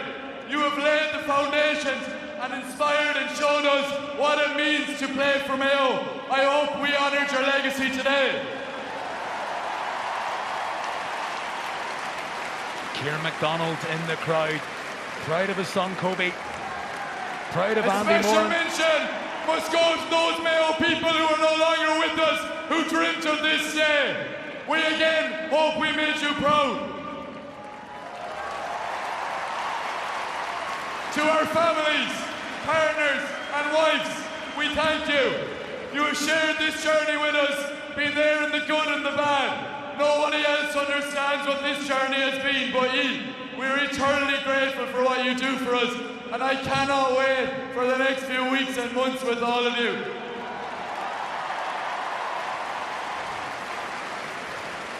To our backroom team and support team, the work you do for us is like no other, and I thank you. I was advised to not mention names, but I'm sorry I'm going to. Starting with Jesse Campbell on logistics, an absolute gentleman and the most organised man you could ever meet. Rachel Sheehan, our performance coach, has been the glue this year that has kept us together through tough days. Evan Regan, our nutritionist with the best left foot in Mayo, thank you. To Sean, Julian and Ron for feeding us all year, thank you. To our kitmen, Paul Dealey and the living legend that is Liam Ludden. 20 years, Lutz, for a day like this, thank you. To our medical team, led by Sean Moffat, our physios, Martin McIntyre and Jamie Costello. Words don't do justice to the level of work you do with us, guys, and we're eternally grateful again. To our S&C team, led by Conor Flynn, Merton Connor, David Hughes, Barry Solon, a massive thank you again for everything. We're in peak condition for this time of year, and that's all down to you. To our performance analysis team, led by Barry Maguire, ably assisted by Michael Regan. Thank you. Now to our management team. Goalkeeping coach, Paul Papa Durkin. What a man. We thank you. Keith Higgins, one of the best ever wearing the green and red. Thank you, Zay, for everything. Paddy Talley, the man from Tyrone. He came here to do one thing, he told us, and today we did it.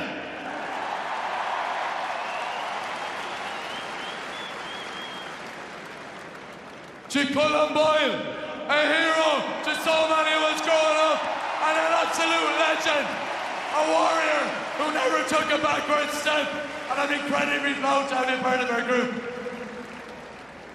And finally, to the main man, Andy Moran!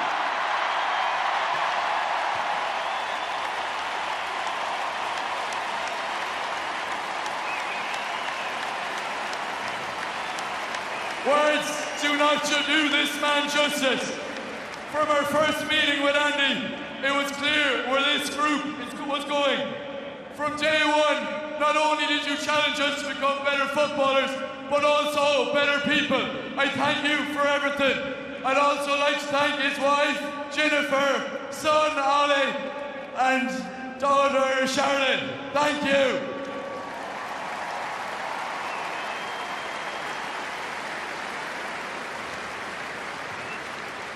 To the 41 lads I've had the honour of sharing this journey with. Being a part of the group with you boys is the greatest honour of my life, and I'm so grateful to call each and one of you a brother for life. The journey, lads, where do you start? We stuck together through thick and thin, and now we're all Ireland champions!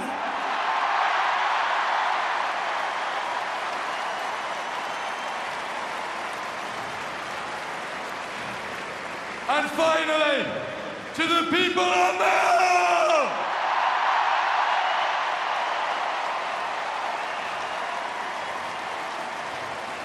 This victory belongs to each and every one of you, whether you're here in Croke Park or wherever you are across the world. Today is a day for Mayo. Thank you! What a speech. What scenes, young and old. For years, people have spoke about history, past experiences, pressures, and everything that comes with wearing this jersey. For this group, it was about something much simpler. It was about representing this county, and today we did it with pride. To every young boy and girl across Mayo and our diaspora across the world, never never stop dreaming. Stick your chest out and be proud to be from Mayo.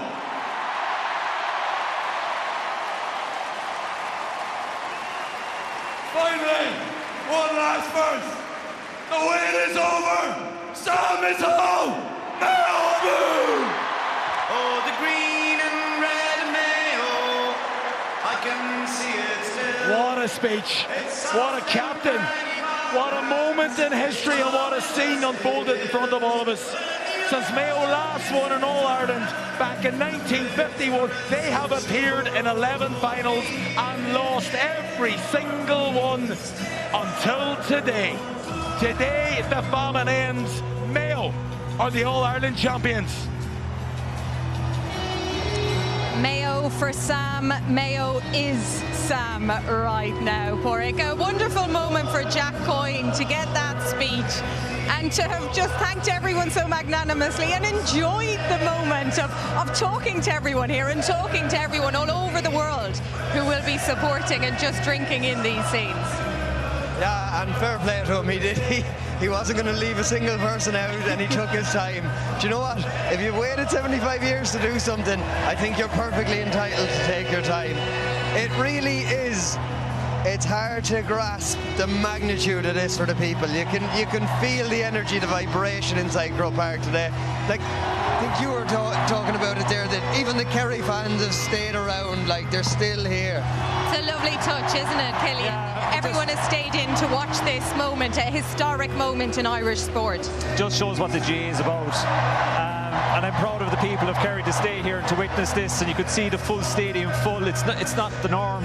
Normally you'd see most emptying out and leaving half there, so it is the magnitude. Look at it. Everybody can't believe it. There's people crying in the stands. It's incredible. And for these boys to do and witness this from where they were in this All-Ireland series, coming back off Roscommon and going on that journey, what were they thinking at half-time against Meath? They didn't think about All-Ireland champions.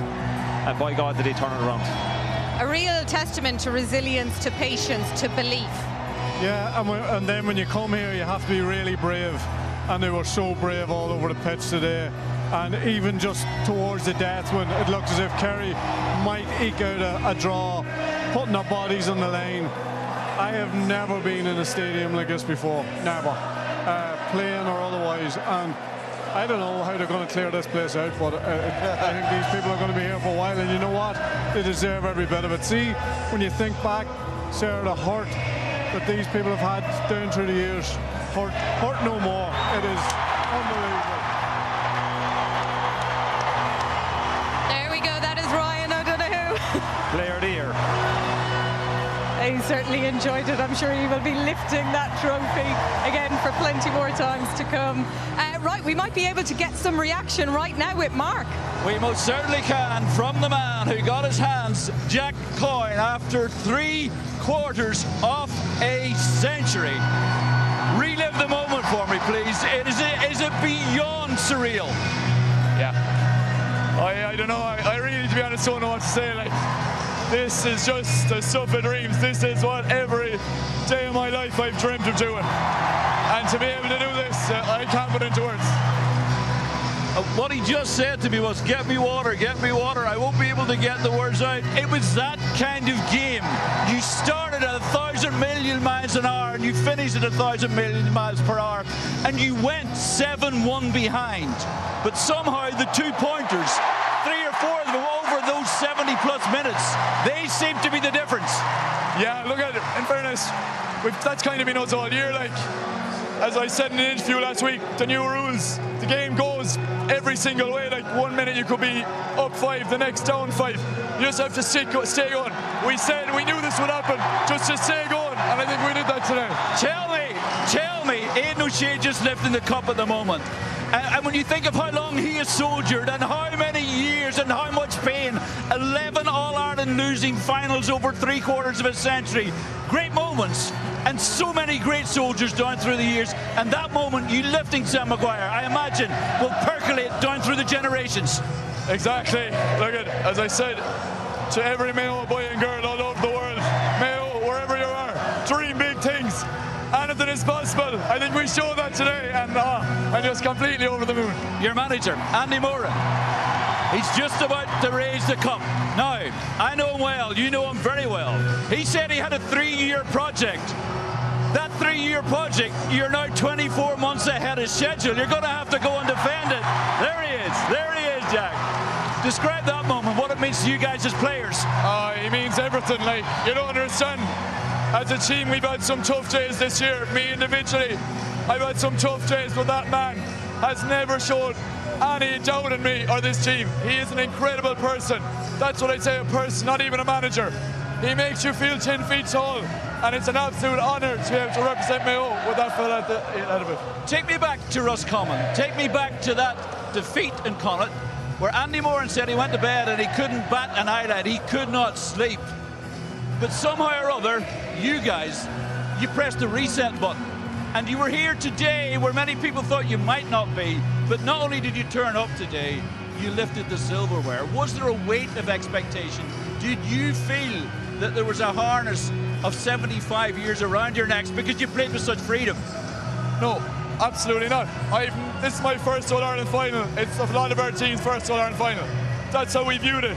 Andy came in at the start of the year. Our goal was to win the All-Ireland final. We did that. We did.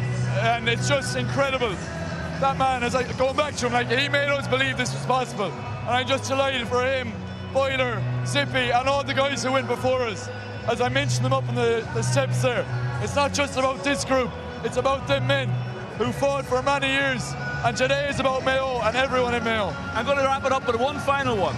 A few years ago, I was in Crossballina with Dr. Mick Loftus, who was part of the 51 team and went on to referee in All-Ireland. He played, and of course, he was president of the GAA. And I think today of his grandson, Conor, and I think of the late Paddy Prendergast, and all of those people who said it will happen. It now has happened.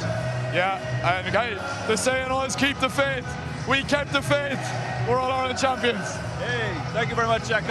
Sarah, I'm going to just bring in the man who bagged it. 1, 2, a goal and 3. Dara Byrne. Dara, come in here. My God, Dara, I should know this, but what is your age? 19. I thought that. Yeah, 19 and an All-Ireland winner. 19.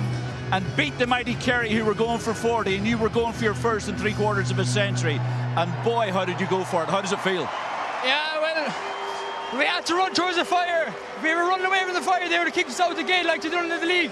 That was a big thing. We had to meet them head on, hit everything that moved. And luckily we took a few chances down the stretch to bring it home. Can you relive your goal? Can you relive that moment? I think it was burst up. It was David McBrien who went through. You got a flick, and was goal the only thing on your mind?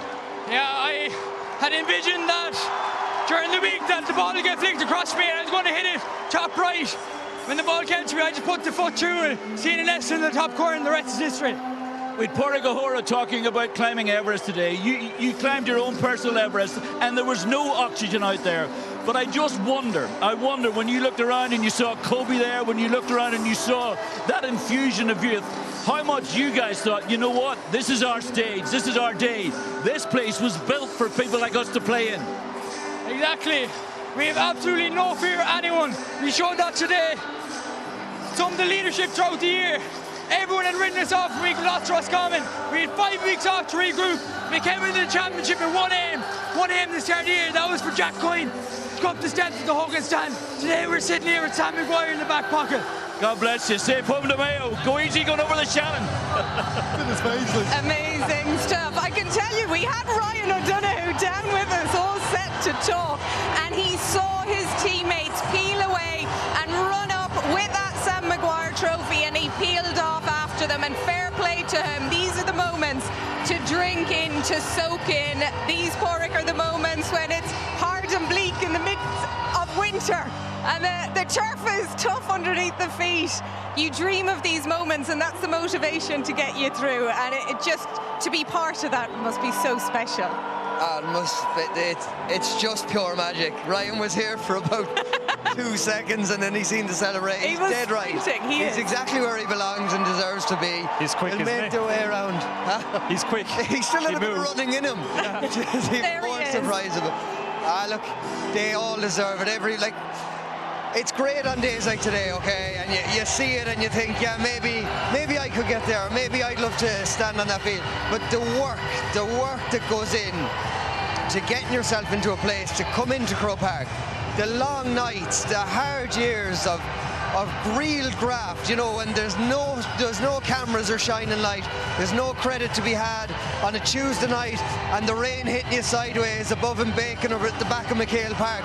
There's nobody looking at you there patting you on the back, going through harsh injuries. Like, we've all been there, guys here, we know what it feels like. It's a monumental story of nothing but resilience. And monumental celebrations that are much deserved. I know we're talking clearly about all the emotion of today and everything that means for the players and everybody who has supported them along the way, and the fans here and all over the country and all over the world. How did they do it though, Oisín? You know, let's focus a little bit on the final as well. How did they get over the line at last? I already said that they were very brave. They attacked Kerry up right at the top of the pitch. They didn't let them build comfortably. They just put, every time they had the ball, they put them under pressure. You look at Kerry's, you know, big players, they put pressure on David Clifford, Paddy Clifford, Joe O'Connor. There was no out ball for them. They pressed up and the kick out. Like, it was just such a brave performance. And when you're trying to do something that you haven't done for 75 years, you have to be brave. There's no holding back. There's no holding back. And Mayo with so many heroes today, so many players that you could say, well, he was my man in the match, or different things. But after that initial 15 minutes, Mayo played with ice in their veins. And okay, there was a period from about the 48th minute to about the 56th or 7th minute where they kicked a number of wides and different things like that. But they kept believing, they kept digging in there, they kept sticking in there. And eventually they found it out, they found the key and they found it out. And when it was going against them right at the end, again, they dug in and they found a way to get over the line. And look at Porrick's emotional. There's people all around us crying. You can't not be but emotional. I feel emotional for them. It's the outpouring of emotion is unbelievable. Yeah. I've never witnessed it at a sporting event before. We don't have long before we go off air, but there's going to be a live GA social coming up shortly on the iPlayer, so you can carry on watching that. But that's what today is now about. All of us, the conversations we have all had over the years, knowing that this moment would come and how big it is for Irish sport and for Mayo. So, Porrick, we leave you with the final words. Is there any parting message that you will give for Mayo? We don't have to worry anymore. Look, this is one of the greatest stories and will go down as one of the greatest sporting stories, particularly in this country. And it's a story of resilience. We'd words beforehand, bravery and courage. That's what they showed today. That's what separated the teams. It wasn't skill set, personnel, nothing. And you know what, if you're going to take anything from today, that's all you need going forward in life. No matter what it looks like, no matter how bad it gets, no matter where you find yourself, you keep stepping forward with a bit of courage and a bit of bravery. These days come. The sun shines again, and today is finally Mayo's day. I tell you what, it'll be shining for a long time in Mayo to come. They have finally got over the line. No more talk of that 75-year wait, because they now are the All-Ireland winners for 2026. Thank you very much, gentlemen. What a special day to be here. Thank you for watching with us. Bye-bye. It's not the critic who counts who's shooting the mouth when the strong man stumbles. It's not about all the noise or the fingers that point at the man with the ball when he fumbles. They say it's too tough, telling you to give it up, never showing any love, they can never make the cut. So get out of the way of those making the plays when they say get ready to rumble. So let them talk from the